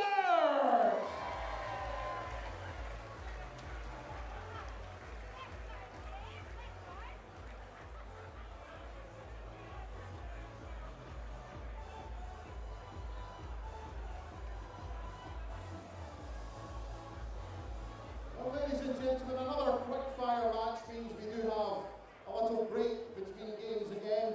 We are due back on at 3:30, so we have half an hour. And I'm sure our DJ Ray up in the gods up there will keep you all entertained for the next half hour. And we will return 3:30 for our next match. Back to the ladies' competition. Wendy Harper against Greta Dickauer.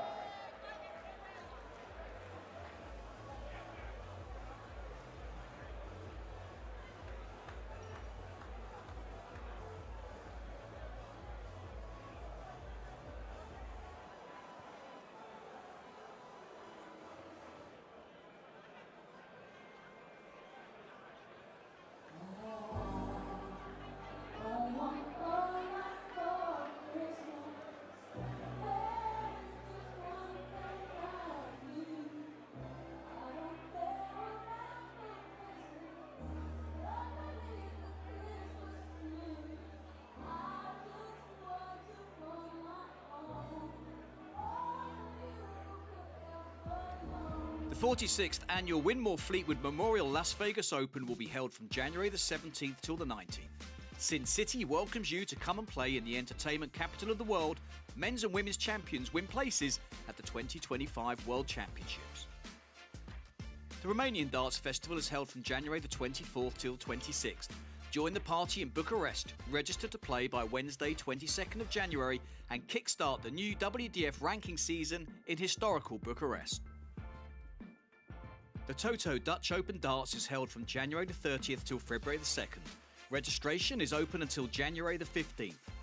The Toto Dutch Open Darts is by far the largest darts party in the world that you should not miss. And the men's and women's champions go to Lakeside in December 2025. The Isle of Man International Darts Festival is held from March 6th to 9th. A triple header of darting fun on the Isle of Man, the most beautiful surroundings.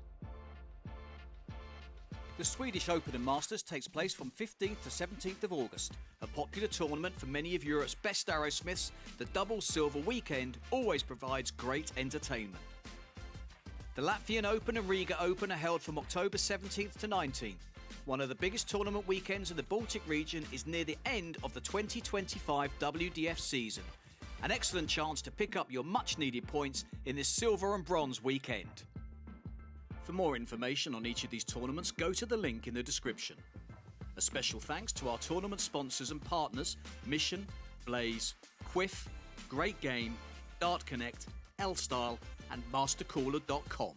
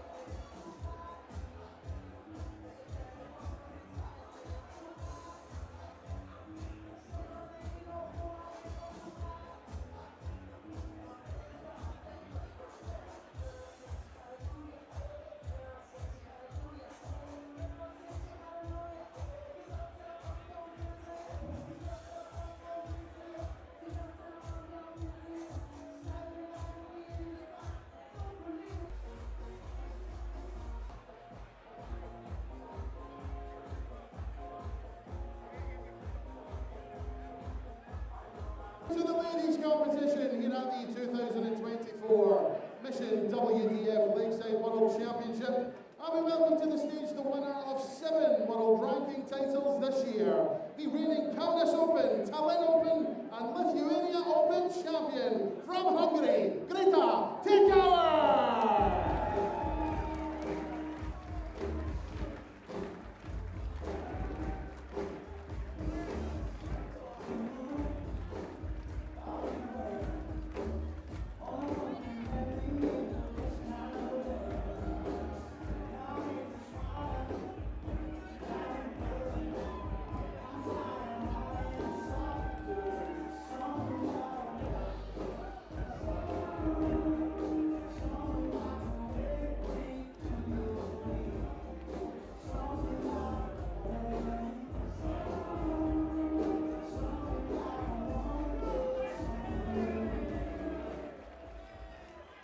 Our opponent is the winner of 18 world ranking titles, the reigning Canterbury Open, John Wilkie Memorial and Sunshine State Classic champion from New Zealand, Wendy Harper!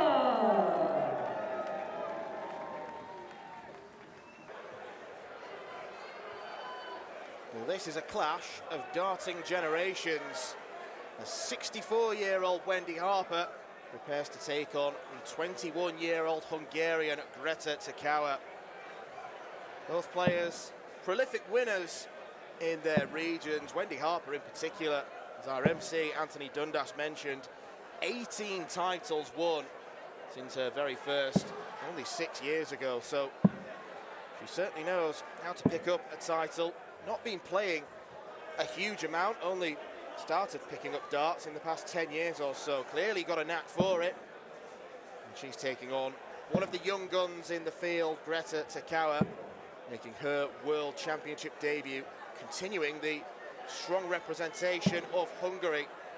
Compatriot Veronica Ehas will be in action against Kirsty Hutchinson this evening, but Greta Tikauer hoping to become another Hungarian winner on this stage.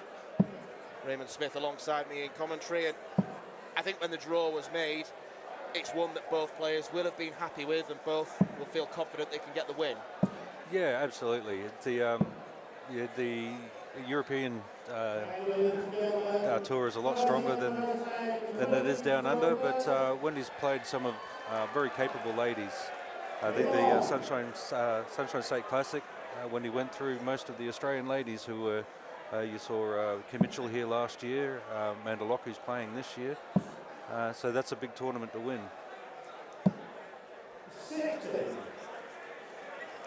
Long journey over from New Zealand, as she was telling me yesterday. Her and Desi Mercer travelling together. As they always do. To all our Kiwi compatriots, kia ora. Hope we're having a great night watching the darts. Have played each other once before, and it was quite recently in the World Open, and interestingly enough, that was Wendy Harper's highest recorded average of just over 80. It was a 4-0 victory for the Kiwi. Maybe she can take confidence from that. It's a lovely first start for Wendy. A little bit errant there. 81. But one thing I liked about watching Wendy play at the Sunshine State Classic, for example, she played a lot of fast players, but wasn't deterred at all. She played a lot of players with support for the opposition and wasn't deterred at all. So the experienced head definitely comes through in the big games, and I'm hoping to see much the same as here. New Zealand have had a lot of fantastic female players over the years. Lillian Broadbent, or Lillian Barnett as she was known, won the Windmill Waltz from memory. Way back in 1985. Nicole is an up-and-coming, fantastic player. You've had Tina Osborne. I thought Tina was the one player from New Zealand darts that would have come through and won a major.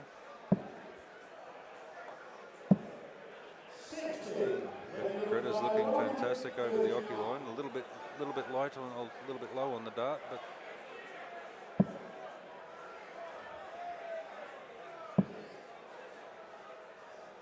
and out for the 19. Decent enough start from Wendy Harper. Greta not yet down to a finish.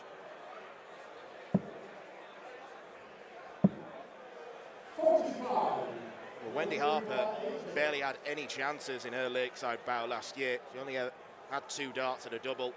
That was in the opening leg against Kirsty Hutchinson. To win a leg at Lakeside. Did look a little bit blocked with the other 2 darts. Yeah, I was about to say, would have been a good one to get across. 100. Nice setup there from Greta. Down for double 10. Good test of line early, and we'll get the weight.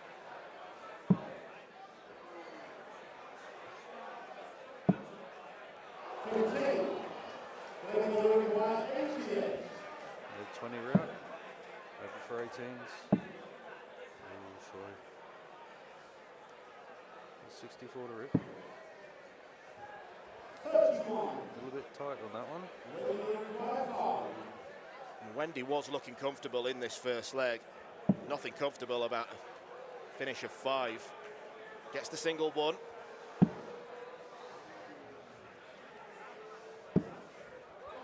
Split.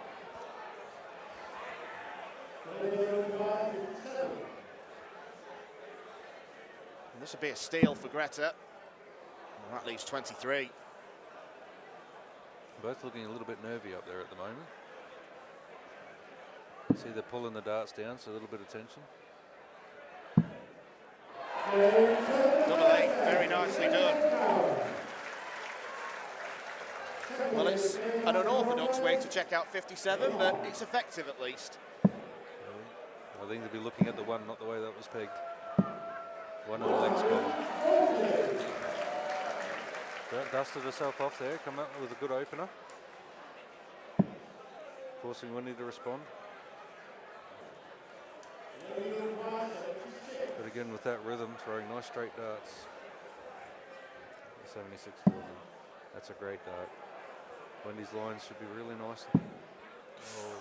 Oh.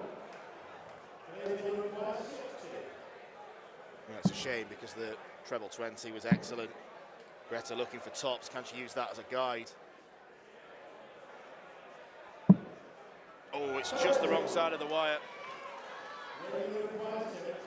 Take 2 then for Wendy Harper. And only get 1 dart. She hits the big number. She does just about. It's tops. It's a tricky 130. You've got to get your line spot on. Otherwise you split. And that 7, you've got to bust either side. That's a perfect.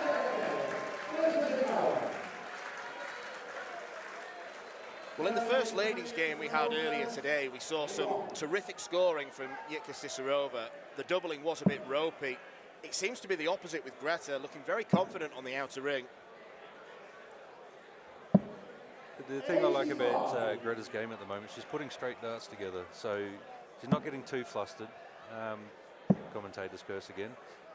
But she's building shots, she's building legs. If the triple's not there, she doesn't seem to get too fussed about it. She's confident and comfortable with throwing straight darts and then just waiting for the triple to come. She's not trying to force anything. So if you're that calm and confident throughout the leg, when the double comes, you're not tight before you get there. You're just staying in your little groove. You know where you are in your game. You know what is and isn't working. And so when you get the shot, it's a nice pickup. So when you get the shot, you're ready for it. I think we noticed that a lot with some of the games last night. Everybody seemed a little bit edgy. So they're chasing the treble the whole leg, and when it wasn't there, they're at the double, and they're chasing the double again. Much the same as they were the triple. So they're getting tight, they're getting nervous, they're pulling darts on the inside, leaving odd numbers like 13s and 5s.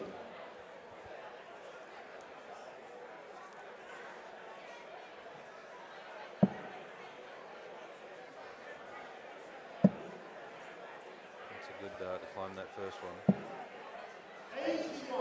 All that room to the left, Wendy.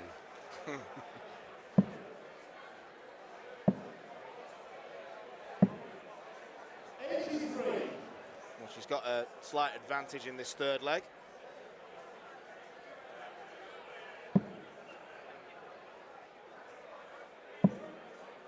Look at the 19.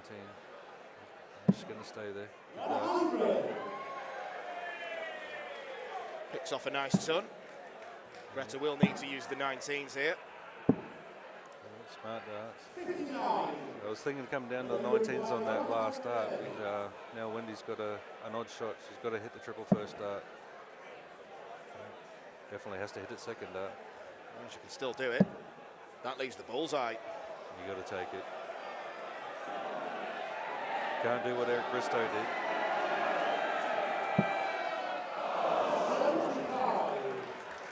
Well, it's not the worst leave in the world. Leaves double 18.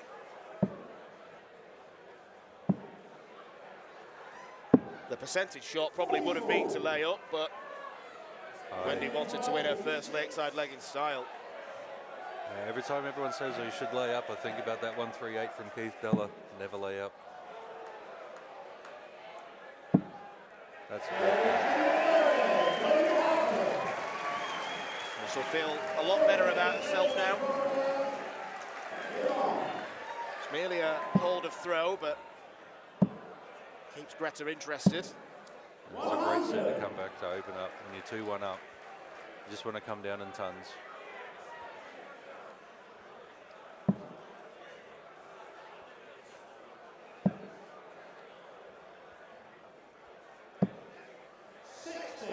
It's a solid start.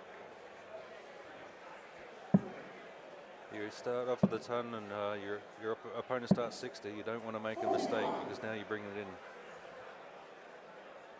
Wendy hits a ton here. She's going to take the lead, but be on the right side of the number there. So you hit a ton, you can finish in 6 starts, whereas Greta can't.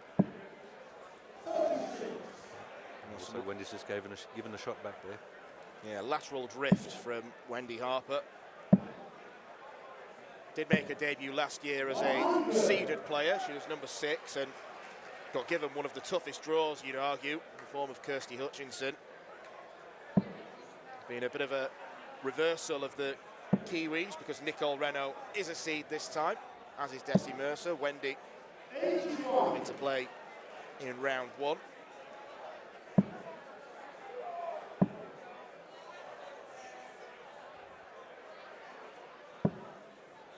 This is where I'd like to see Wendy take a big shot. Like, for everything that's going on, like Wendy's not playing fantastic at the moment, but with straight darts, she's getting a lot of openings. So these 41s, 45s, these are shots she should be jumping on, which was Wendy's just done. And now she's only 50 odd behind. Another 40, then a ton from Wendy. So another ton from Wendy here, and she's caught up. And probably in the box seat, 124 as opposed to 138. But these are, she missed with the first start, and then the pressure comes on, the nerves come into it. You start to search for the shot. And she does get down to a finish, but Greta is in the box seat. Important last start. Leaves the Old Faithful 57. I wonder if she'll take that out the same way if she gets a chance, which she's going to. If you gave me the option to go 17 and maybe hit tops or go the same way, and maybe a little bit unconventional, but if it works, I'll take it every time. But there's probably 3 or 4 opportunities there where Wendy could have come back into the leg. But just that first dart's let her down. The top's here for Greta. We can see from that angle the way that Greta's darts land in the board. They do lie quite flat, so if she misses above tops, it makes it a lot more difficult. One thing I marvelled about Phil Taylor when his first dart was above the treble, and you can just see it on the back, and it's hanging over the treble, but he can still put anything he'd like in there. So good. I might be blocking half the bed, but I can still throw another 7 in there. Should be right. You see the same with Luke Humphreys these days. He somehow manages to bulldoze through darts that look like blockers. Went for the split. Before.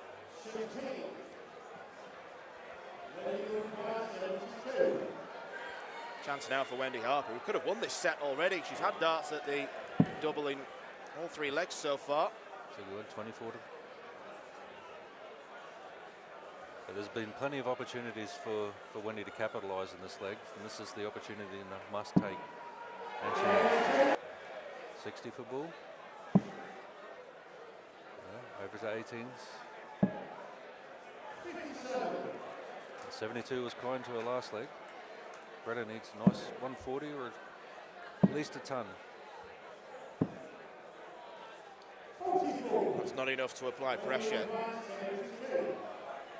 Wendy Harper took out 72 expertly in the last leg.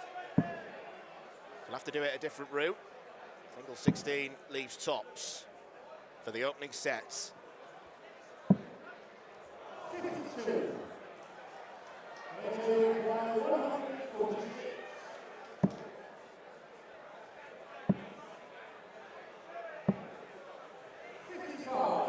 Might have looked over the bull there. Second dart covering, bring 86, so you don't have to rely on the treble or the bull in the first dart. Wendy is going to go for the double 5. Great. It's a good recovery. Well done to Wendy Harper, wins the opening set. So it looks to be poising herself here. Let that one go, move on. The good thing from Wendy Harper's point of view is she's giving herself lots of chances at least. She could have won all 5 legs that we've played. Again, it comes down to the discipline, I suppose, the critical shots.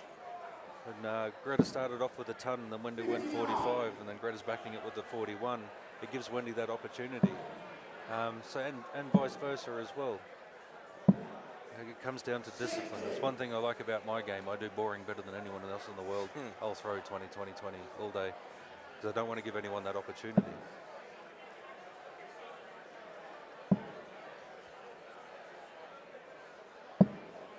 That's a lovely shot. And same again, you go 20, 20, then you hit a triple. You know, it's better to hit a triple 20 than a triple 1, obviously. And you can only do that through the discipline. 60. A lot of the blogs I write about it is, you know, can you throw 60 on 20s, 20, 20, 20, 15 times in a row consistently? Can you do that and be okay with it? Can you do boring? Because the discipline is where it lies. That's great. 121. Maybe got a little bit excited with the 3rd dart.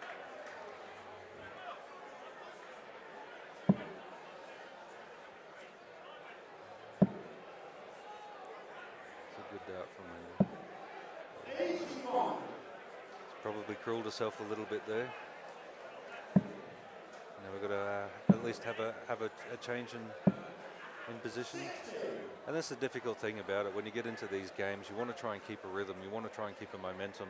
Having to move around the board so much is difficult to keep a range, to keep a rhythm, to keep a momentum.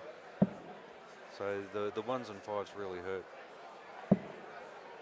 The last thing you want to do is when you throw a perfect triple 20 first dart is think, oh, I need to move over to a 19 or an 18 here to give myself the percentage shot. You just want to keep going at it.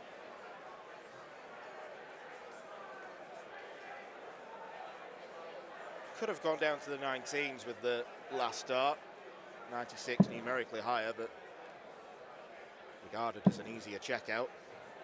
And again, if you hit that, if you think you're going to hit that triple 20, you want to chase it and set it up. But I mean, this is where it comes down to game management from the first dart.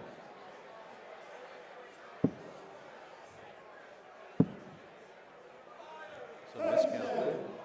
Tried to go safety first with the bullseye route. Didn't work out for Greta. And Wendy take the initiative. She's only going to get 1 dart. Ooh, she tried to set the sider. Well, she was making sure that it was a safe 20, but just went far too much in the other direction. Back in our league, it's called a seagull. She'll come back for tops.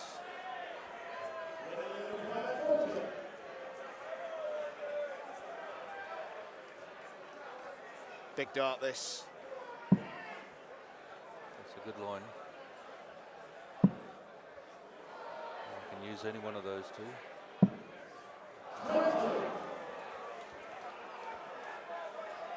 The way Wendy's dart's set up, and she's got a very high kick on the point when it comes out of her hand. So maybe if we can get one to bounce off those darts, it'll slide in.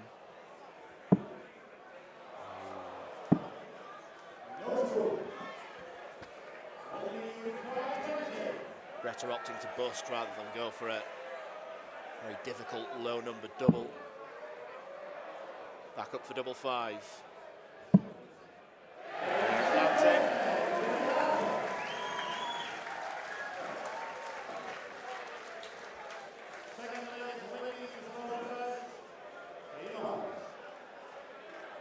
A little bit more composure there from Wendy.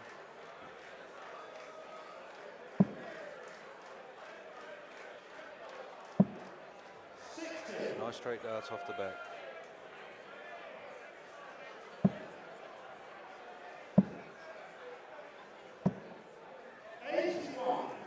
So it's only a 21 difference in there, and there's a triple 20 in there from Greta. But at the same time, Greta will be thinking, "Oh, I don't want to lose too many darts." Whereas Wendy's throwing nice and straight, she's thinking, "Oh, I just want to build, keep building on the leg." So 20, 20, 20. Do the boring stuff, build into the leg.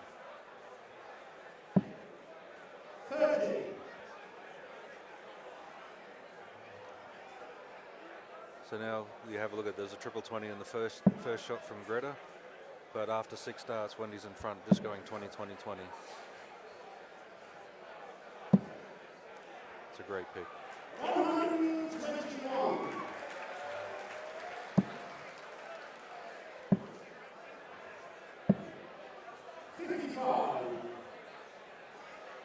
Greta beginning to falter. The great thing that Wendy has got is experience of closing out matches. Spoke about the number of titles that she wins in New Zealand and Australia. Got that experience of hitting match doubles. Yeah. And it doesn't matter what level you're playing at, it's invaluable to have that experience and know-how. Absolutely. You don't want to get over a double and think, "Oh, I hope I can hit this." You want to get over the double knowing you can. So closing out matches and big matches, big tournaments as well is critical. Once you've got that experience, then you can take that experience anywhere in the world. 55. I feel the only difference here is that the tournaments that we play, even the biggest tournaments in Australia, there's only one that's played on stage, so which was the Australian Open. Apart from that, you don't play any finals on stage.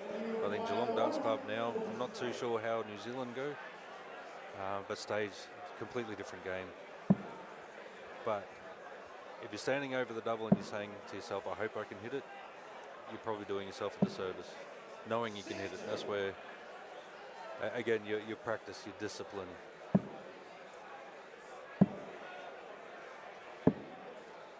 With a fairway back in this one.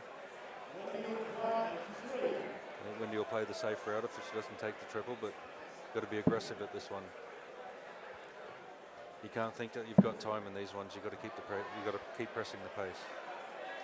She wants double 10 to go one away. Well, she'd rather that have bounced out.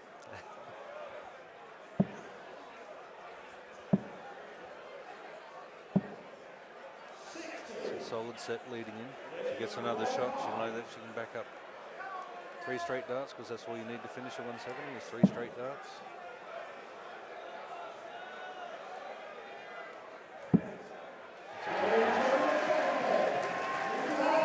Well, she had a go at that 5 checkout earlier in the match. It didn't work for her. That's now 5 legs in a row for the Kiwi. Greta has to change something quickly.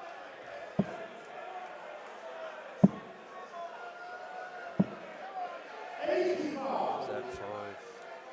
Just that little miss that gives Wendy an in.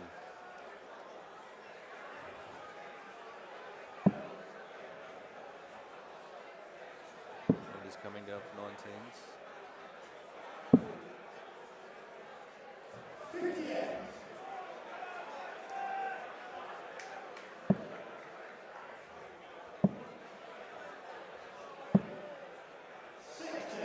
It's a good backup.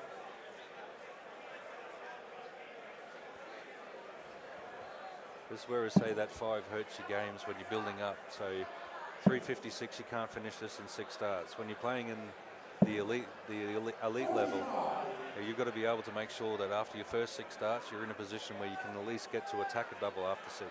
It might be a big shot like a 170, but you want to make sure you're there or thereabouts. You always want to look at the ton 140 scenario. But regardless of where you are, you want to make sure that no matter what, you're there. You've got an opportunity within 6 starts if things go your way. You can always make your opposition think about where, what's happening, where they're going in the game. Exploit any little bit of nerves you can.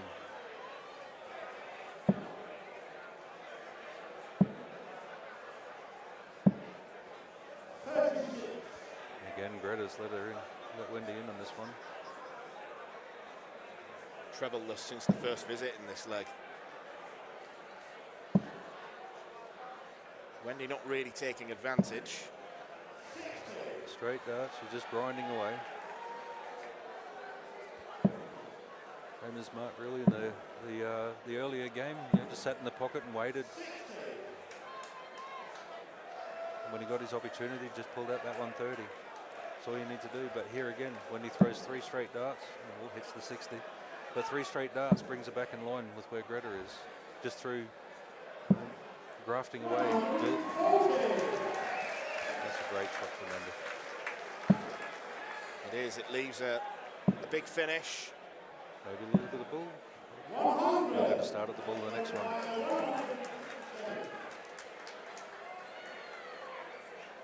Treble 20, treble 19 and tops. Falls at the first hurdle, but 2 treble 20s would leave double 18.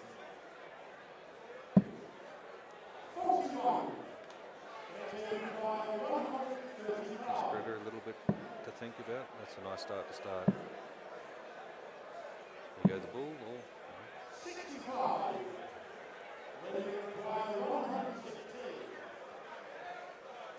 Choices here. Nice and straight, I'd say. 60 for 36. To win the match with a ton plus checkout.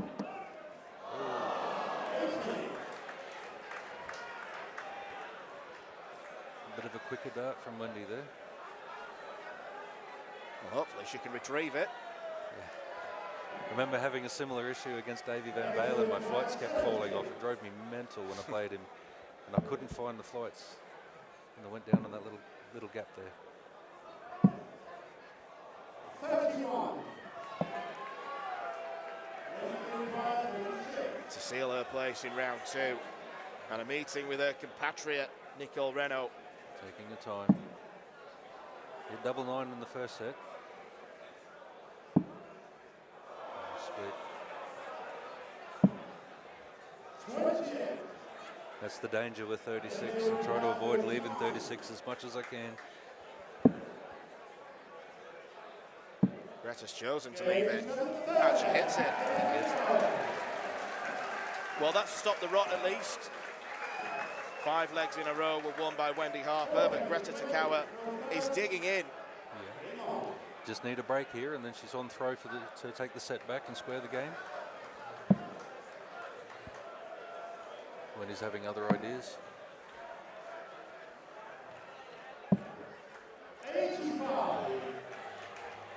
5's let Greta in.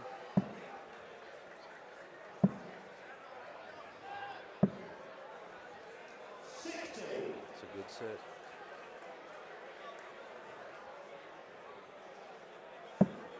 Regardless, I've been quite impressed with the way Greta throws. Her balance, her control, it's fantastic. Wouldn't be surprised with shots like those. She can start building a few big shots in here. I wouldn't put a comeback past her. Good pick up. Technically, there doesn't look to be anything wrong with the throw. It looks fluent. There's a strong follow-through. Yeah, don't know if it's just a little bit too much tension in the fingers. Like your grip's supposed to be nice and loose. The dart's only just sitting in your hand. You grip that tiny little bit too much, and then that's where you're going to start to pull. You get that tension that will crawl down your fingers and into your wrists and forearms. But technically, you have a look at the release. It's nice and full. The fingers are pointing at the target at the release.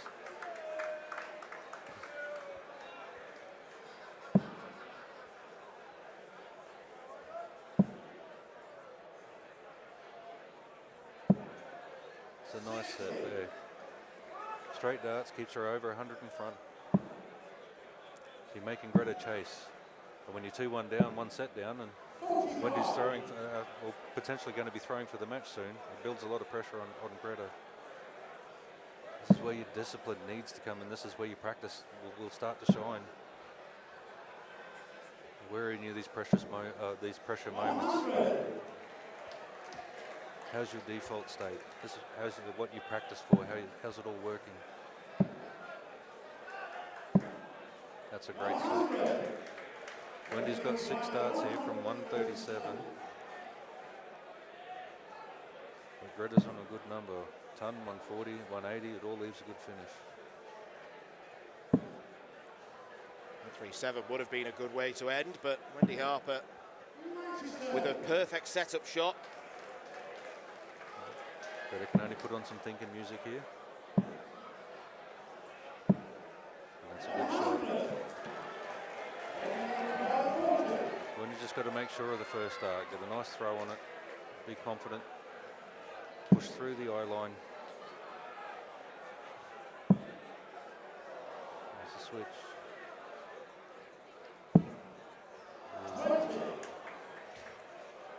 Well, Greta's done well to earn her shot here. Still be done. Treble 20 would have left tops.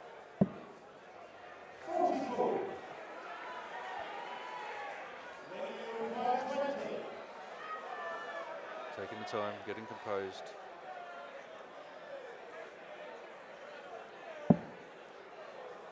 Double five's been good to Wendy. And it is again. It certainly is. Wendy Harper through to round 2. Experience triumphs over youth. And in truth, Wendy Harper was the better player throughout. She laps up the applause from the crowd. She had darts to win all 9 legs that were played. She kept digging in there, kept giving herself chances, and in the end, Greta Takawa did not have any reply. Wendy Harper goes through.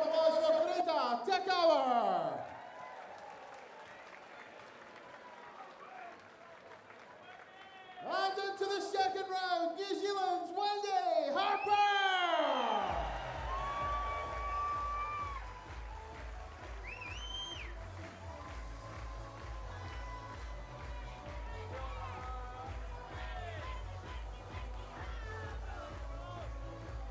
And ladies and gentlemen, 4 matches down, 1 match to go. We will be back in 10 minutes' time. 10 minutes for our final match of the session. See you then.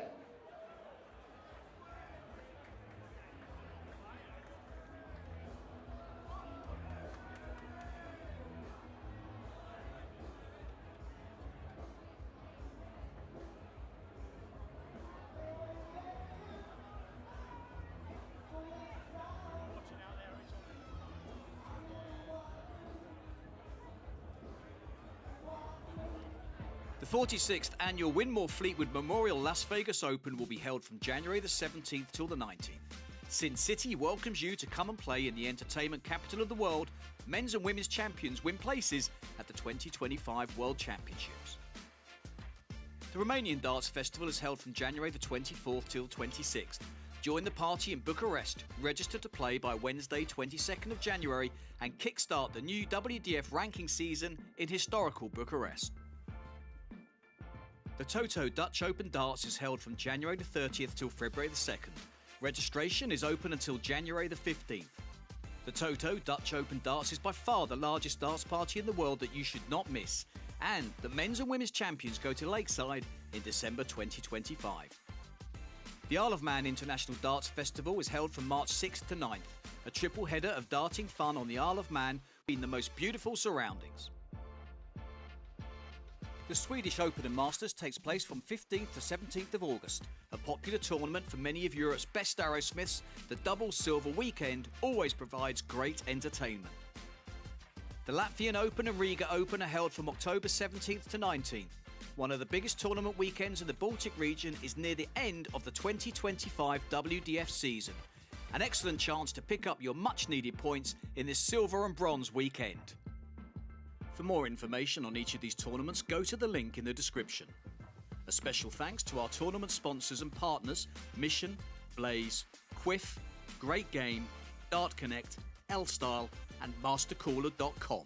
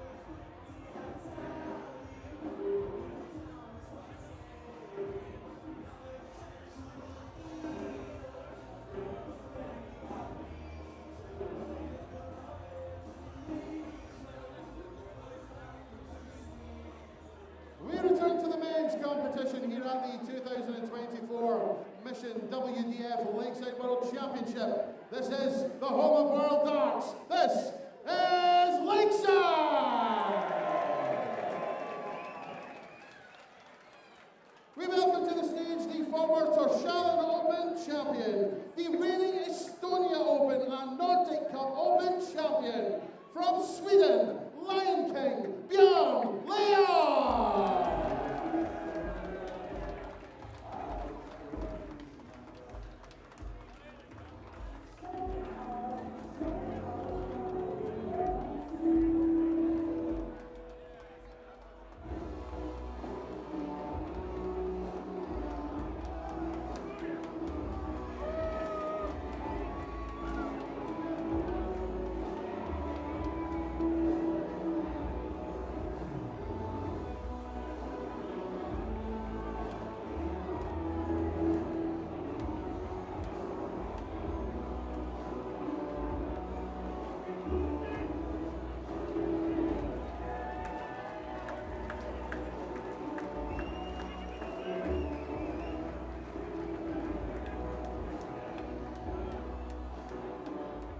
His opponent is a former Hungarian Masters and two-time Budapest Classic champion, the reigning two-time Budapest Masters champion from Hungary, Patrick Kovacs!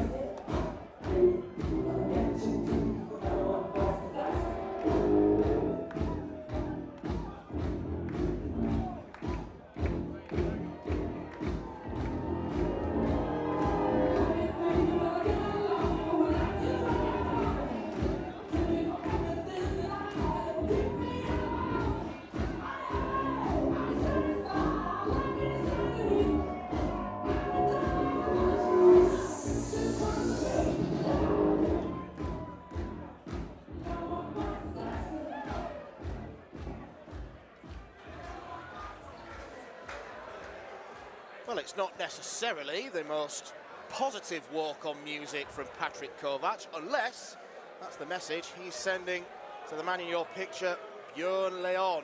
The Swede, nicknamed Lion King because Leon in Swedish translates to lion. Always helpful when deciding a moniker.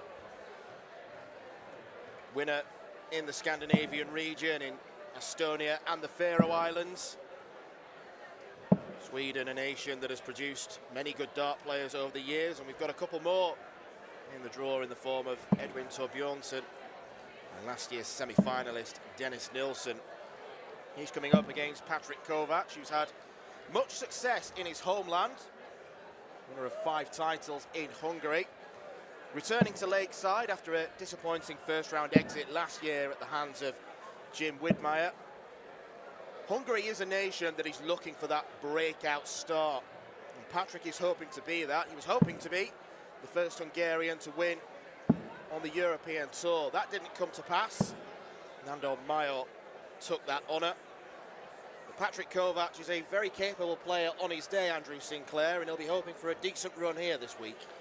Yeah, absolutely. I think Patrick's been quite open about the fact he had some issues earlier this year, not maybe health-wise, he wasn't in the best shape and didn't necessarily feel at his best, but the ability is there, and I think, as you say, if there is to be, of the current crop of senior players, if there is to be a breakout man, you expect that to be Kovacs, but his recent form hasn't been at quite the level we know he's capable of. Well, I did mention about all the tournaments that he's won in Hungary, and he had a great chance to show what he could do with the World Masters taking place in Hungary. Unfortunately, he exited at the group stage, which was a huge disappointment for a player of his ability.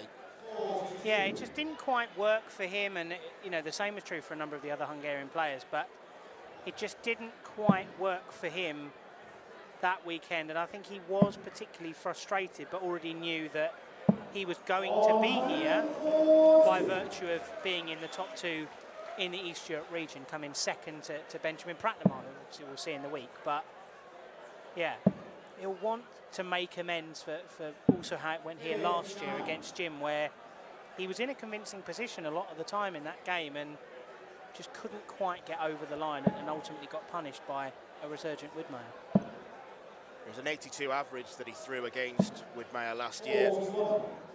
Patrick has got more in the locker. He's a very methodical player, Patrick, both in terms of his throwing style. You'll have seen on the Euro Tour that he really slowed himself down in that game. Some people's chagrin, but he's also very much a thinking man's dart player. When I've spoken to him before, often been through a translator because he's not super confident in his English, but you can tell he thinks very deeply about lots of things and maybe sometimes overthinks a little bit when he's playing, particularly when he goes to those bigger tournaments, whether it's a Euro Tour, World Cup on the PDC side, or even WDF tournaments outside of Hungary, like in Romania. This would be a terrific start. He went for treble 17, which in my mind indicates he would have gone for the bullseye. Otherwise, why not just stay up top and set up and leave maybe tops or double 16?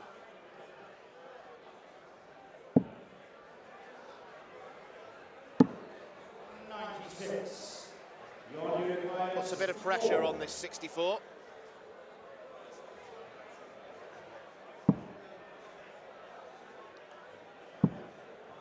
Double 16. It's a very fuss-free start for the Swede.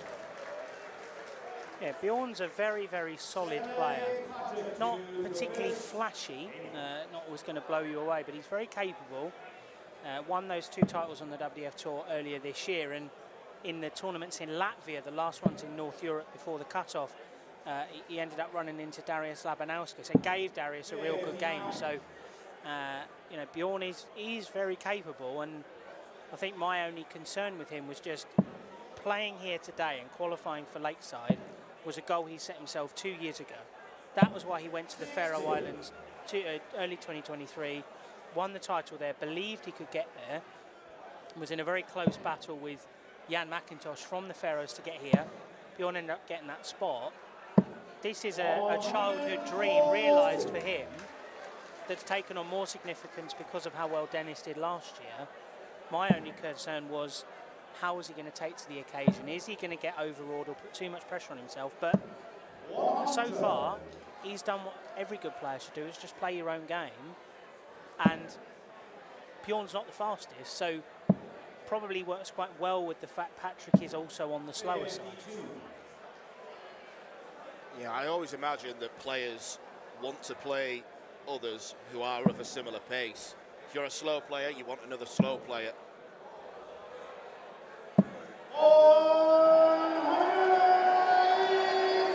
Well, the childhood dream of hitting a 180 on the Lakeside stage has been realised, and it leaves that 161 conundrum again. 60. Once again, doesn't need to go for the bullseye with Patrick not on a finish if he gets the chance. Not going to this time. Good look at the bull here. 56. That was the intention, to try and leave a 2-darter.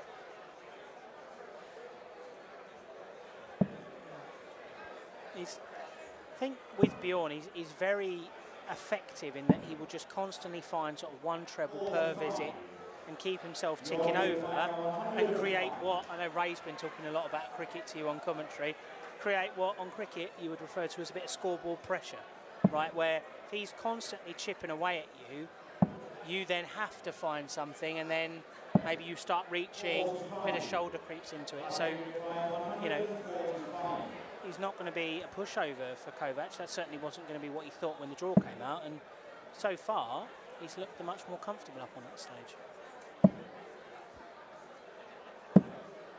121. Nice setup. It may not matter. Bjorn needs a big safe 20, but not safe to the point where he misses the board like Wendy Harper did in the last match. That's a good dart. Fortunately, it clattered in to the first one. Double 10 can't be found either. So, Patrick Kovac has got 3 chances. And this is what he did in that European Tour game in Czechia against Jermaine Watamina. Kept going back to his table, kept wiping his hands on his towel, really steadying himself. Will it work?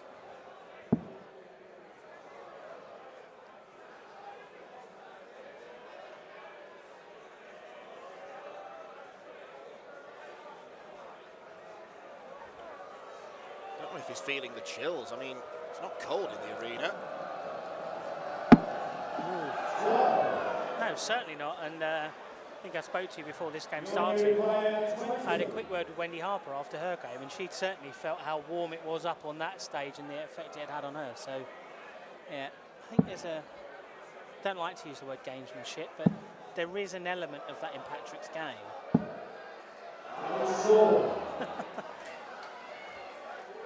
Yes, but Bjorn, we saw how close it was.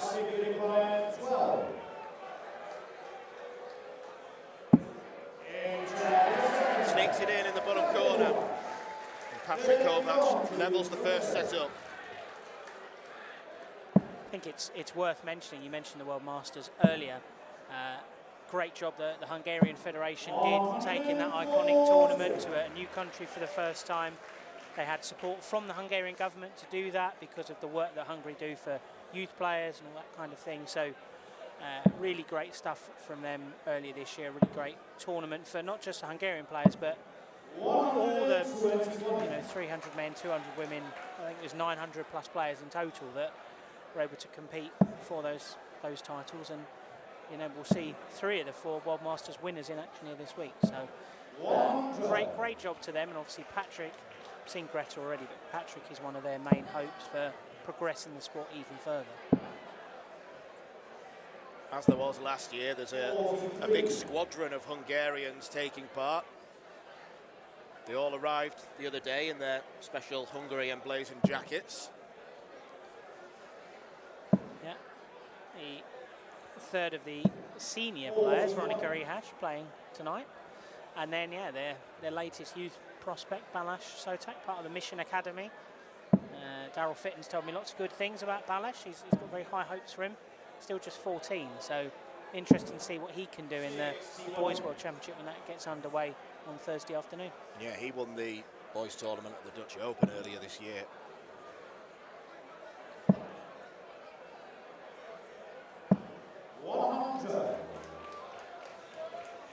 Good leg from Bjorn. Steady and solid, as you alluded to, Andrew. Down to 120 after a dozen darts. Yeah, I think one thing about Bjorn, he's a big fan of his rock music, so it's a fairly lo-fi entrance for some of the stuff that I know he's quite into, but a bit of AC/DC, a bit of Metallica, that's very much Bjorn's bag. But yeah, slightly lower tempo with the St. Messer song that he came out to earlier. But, maybe that'll change as the week goes on. It'll get heavier and heavier. Providing he gets the job done, of course.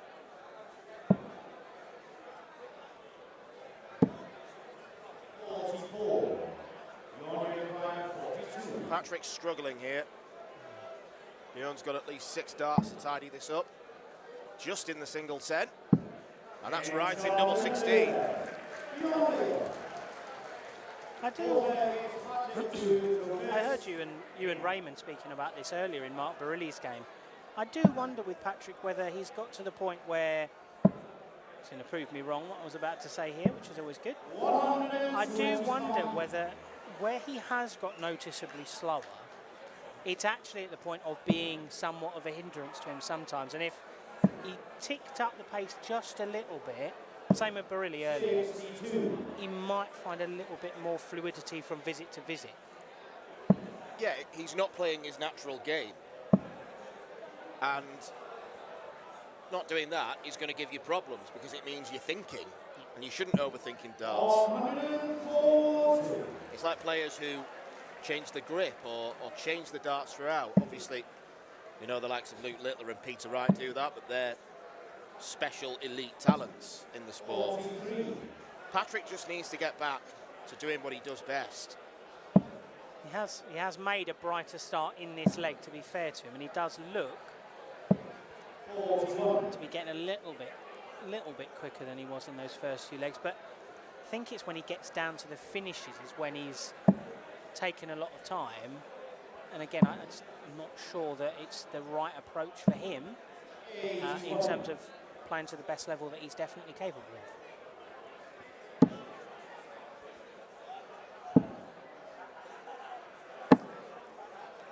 Oh, that's a grandfather clock, which was never going to touch the sisal, so it doesn't count, sadly. Leaves him on an awkward 1-2-9, but Bjorn's not going to get to a finish. 140. I think we've got 129.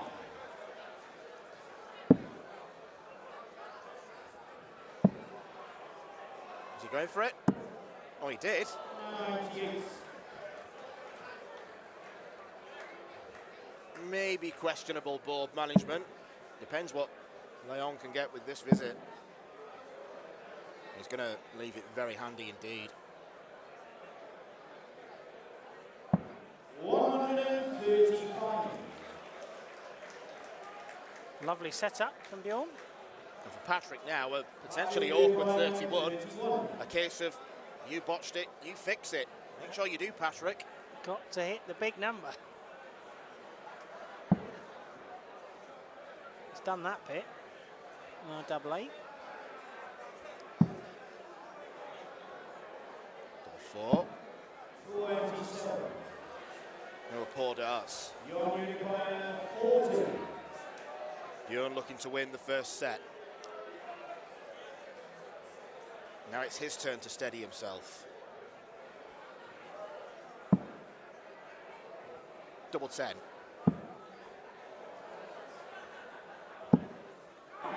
Well, it caused him a few problems in the second leg, but not this time. Bjorn Leon takes his first ever lakeside set.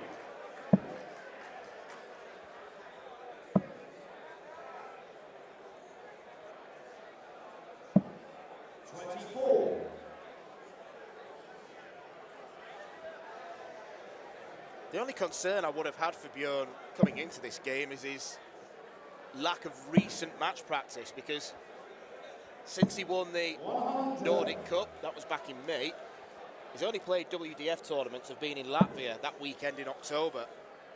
Whereas we've seen quite a few players today, as Patrick hits a 180. We've seen quite a few players today whose most recent tournaments came last week, or in Ireland earlier this month. Yeah, I think Bjorn, he had a very dedicated approach of only playing the WDF tournaments in his region. And he actually didn't go to the World Masters this year. And he went to an event with the ADC, and he's got himself a week at the Modus next year. So has been playing, but to be fair, I think there were only 10, 11 players in that field. So it's not going to be the competitive practice that you want. But as you say, he did go to Latvia at the back end of October, and he looked fairly sharp there. And obviously, you know, he's going to have been practicing hard, but not played as recently as you know, Patrick has done. Although Patrick didn't go to the Czech Open last weekend either, which I found strange. I thought, looking through the 500 plus entries they had in the men's Czech Open, that Patrick would have gone. It's not the hugest journey in the world to Prague from Budapest, and yeah, I thought he would have gone for some practice, and it's a fantastic tournament that Yuri and the team run in the Czech Republic, but no, he didn't make the trip, which I did find strange. 50. Your unicorn 140. We saw this one done earlier. Not to be this time. Yes, the biggest checkout of this year's Lakeside so far. The match-winning one from Shane McGurk. 60. He went the Rob Cross 18s route. Patrick looks like he's going aggressive, hits the treble 17 to leave tops. Can he sneak it underneath? 71. Over-adjusted. Your unicorn 80. Big break opportunity now for Bjorn. should get one dart at tops. Now, the last time his darts were in this position, he clattered into the one below. 60. Category player 20.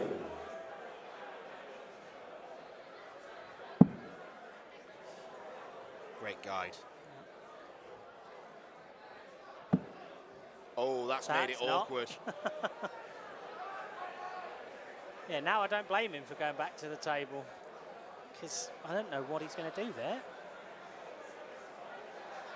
Well, he's moved over to Stephen Bunting territory. No score. Far to the right-hand side of the Category hockey. player 20. Now it's the tall Swede back in the driver's seat. Sporting some very impressive ink there, Mr. Leon.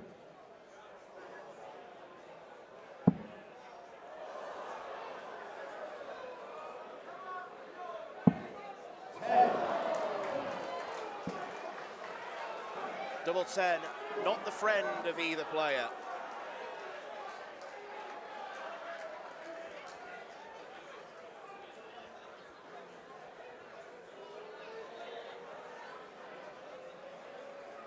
Both players enjoying a drinks break.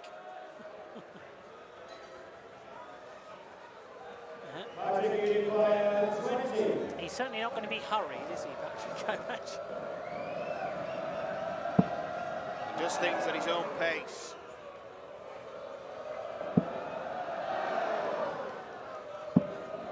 Such is finally hitting double 10. Seems to be motioning something to the large Hungarian contingent watching him on. Wasn't quite a celebration, it was sort of mild consternation, I think, there Yeah. from Mr. Kovac. 100. But Bjorn had been fairly efficient on the outer ring up until then, and clutch of near misses. I wonder if they will prove costly for him in this second set.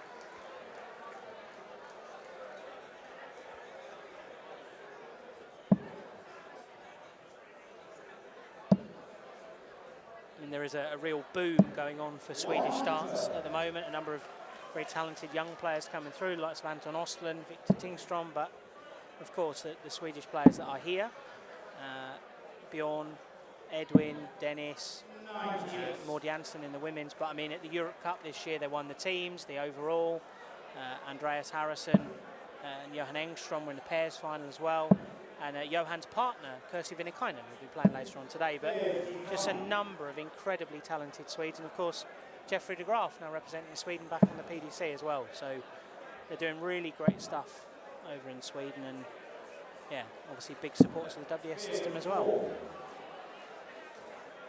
Yeah, these have become two darts mad nations over the last few years. I would heartily recommend the Swedish Open to any viewers who are considering WDF tournaments next year. One of the best run competitions on the circuit, Swedish Open. They do a great job in the city of Malmö.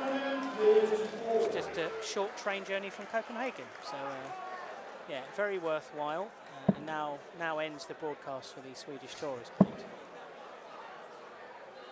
I'm sure they'll slip you a few quid for that.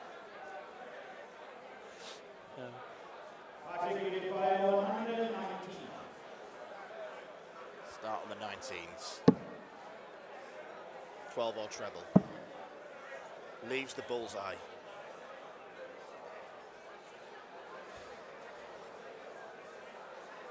Composes himself. Can't hit it, but it's not a bad leave. Oh,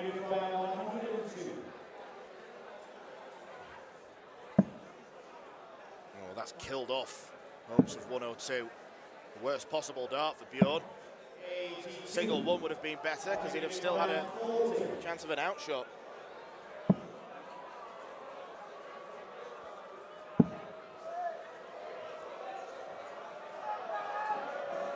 Double 10 proving troublesome.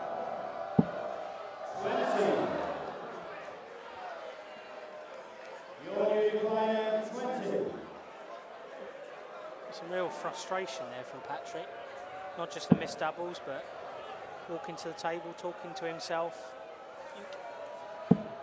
Again, I do wonder whether he's got in his own head a little bit, and he's maybe putting too much pressure on himself, and it's not quite clicking.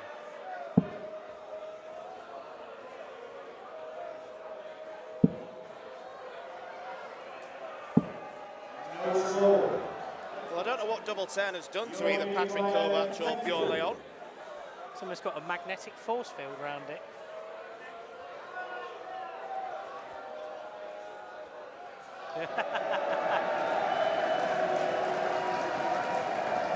There's the rock and roll fan in Leon.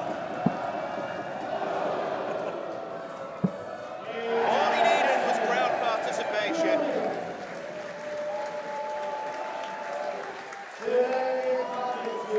It's actually quite smart of him to do that, because now the crowd are naturally going to be on his side.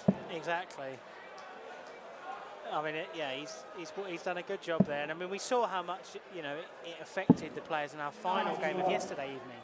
Carl Wilkinson absolutely loved the atmosphere, worked with it, but I think Jacob Taylor from Canada, I think it worked against him, because I think he was, of course, a lot of the crowd was supporting Carl, but I think just generally he was a little bit unnerved by the raucousness and the noise. And yeah, Bjorn clearly a love of loud music, and yeah, clearly wants them behind him, and it worked a treat there with that double 5.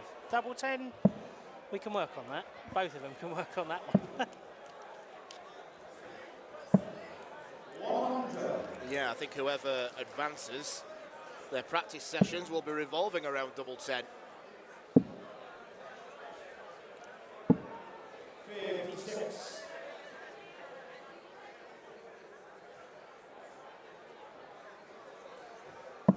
Not an easy task awaiting the winner, the number 2 seed, Jimmy Van Schie, but the bookmaker's favourite. And he's involved in Modus finals night tonight. Absolutely. So that's perfect preparation if he can get the job done in Portsmouth.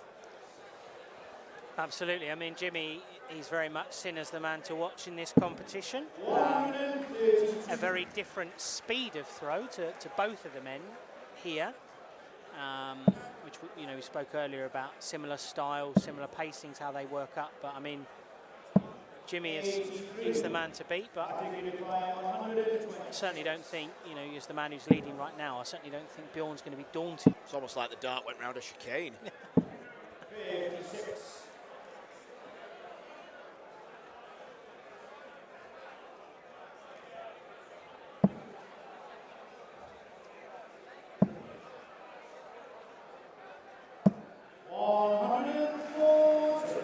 Very strong scoring leg here from Bjorn. And a little bit straighter and tidier. A couple of 140s. I mean, I heard Raymond in the previous game with Wendy and Greta talking about the importance of throwing straight and just being able to consistently stay in that 20 bed, or do a Madars Rasmussen and go down on the 19s. But I think Bjorn's had a better job of that so far in this game than Patrick, who sometimes feels like he's not in full control of everything. Loads of room to the right. Just lost the weight of dart. And look what he's left. The old unfaithful. Bjorn might leave it as well if he drags this low. No, straight in. Very good from Bjorn Leon. And he now puts Patrick under maximum pressure. He loses this leg and he's out of the tournament.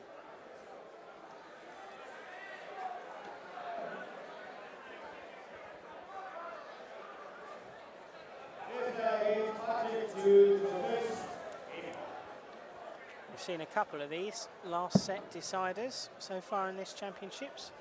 Brian Roman, Cornet Groeneveld went all the way in our opening game yesterday evening. Cornet missing that one match start, and it was a similar story for Jordan Brooks earlier on this afternoon.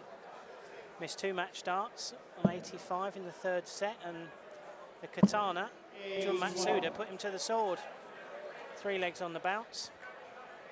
And we'll see the Japanese player later in the week, who, to be fair, I'm just delighted he got through, so I get to hear his walk-on again. Are we talking about Japanese wrestling, Vince? We absolutely are, yes. And talking of wrestling, I think people are going to be absolutely delighted with Matt Edgar's shirt for this evening. I've had a little look and told good things as well. And yeah, he's hoping Edgar Mania is going to run wild at Lakeside this evening.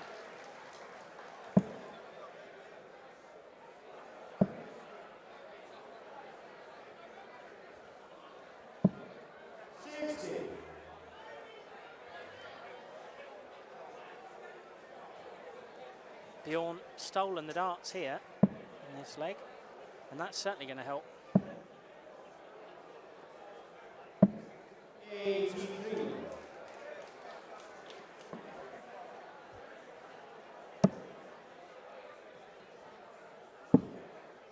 Has to start finding the trebles. He's picked off 2 of them. Bjorn will be looking for at least a ton to get down to a manageable finish.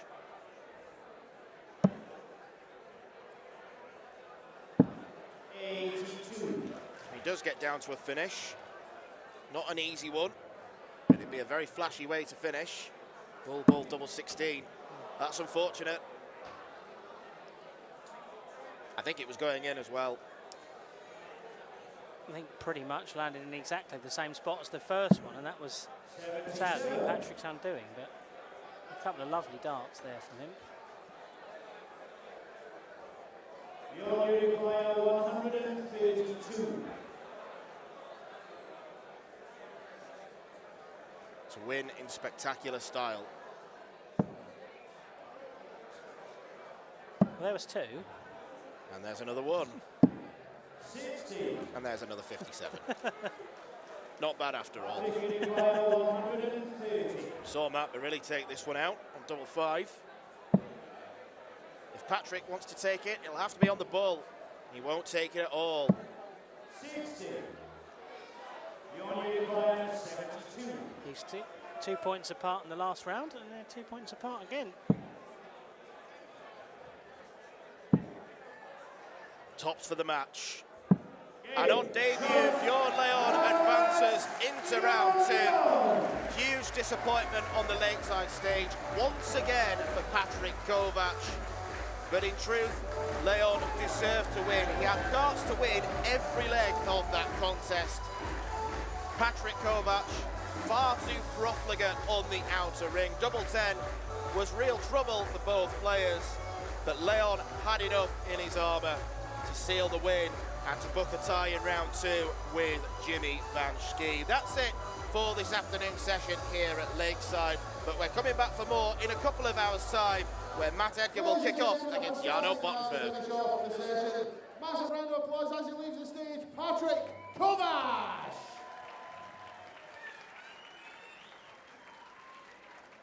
And into the second round, Bjorn Leon!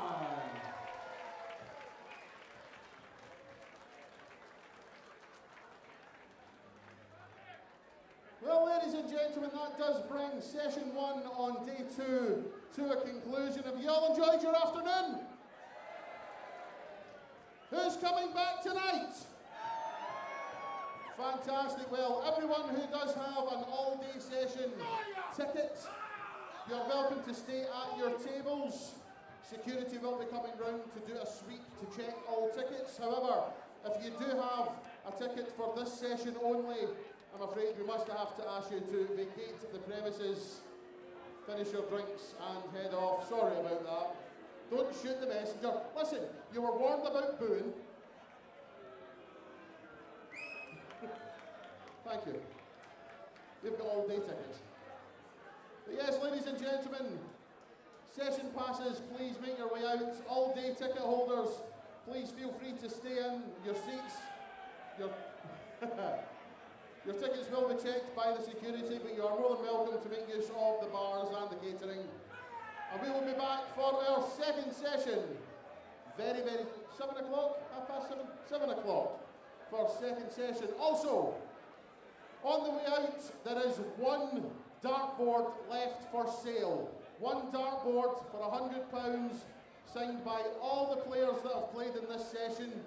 First person to get to catering, I was going to say, to get to the merchandise stand, give them £100. The dartboard is yours. We have one left.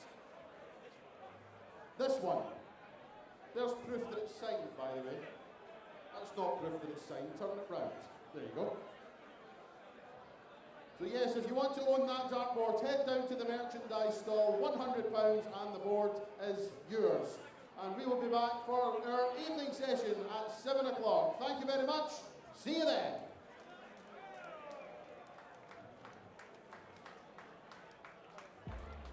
The 46th annual Winmore Fleetwood Memorial Las Vegas Open will be held from January the 17th till the 19th. Sin City welcomes you to come and play in the entertainment capital of the world. Men's and women's champions win places at the 2025 World Championships.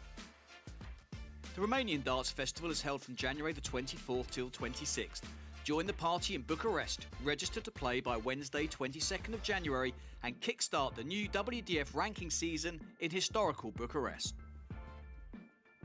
The Toto Dutch Open Darts is held from January the 30th till February the 2nd. Registration is open until January the 15th. The Toto Dutch Open Darts is by far the largest darts party in the world that you should not miss. And the men's and women's champions go to Lakeside in December 2025. The Isle of Man International Darts Festival is held from March 6th to 9th, a triple header of darting fun on the Isle of Man with beautiful surroundings. The Swedish Open and Masters takes place from 15th to 17th of August, a popular tournament for many of Europe's best arrowsmiths. The double silver weekend always provides great entertainment. The Latvian Open and Riga Open are held from October 17th to 19th. One of the biggest tournament weekends in the Baltic region is near the end of the 2025 WDF season. An excellent chance to pick up your much-needed points in this silver and bronze weekend. For more information on each of these tournaments, go to the link in the description. A special thanks to our tournament sponsors and partners, Mission, Blaze, Quiff, Great Game, Dart Connect, L-Style and MasterCooler.com.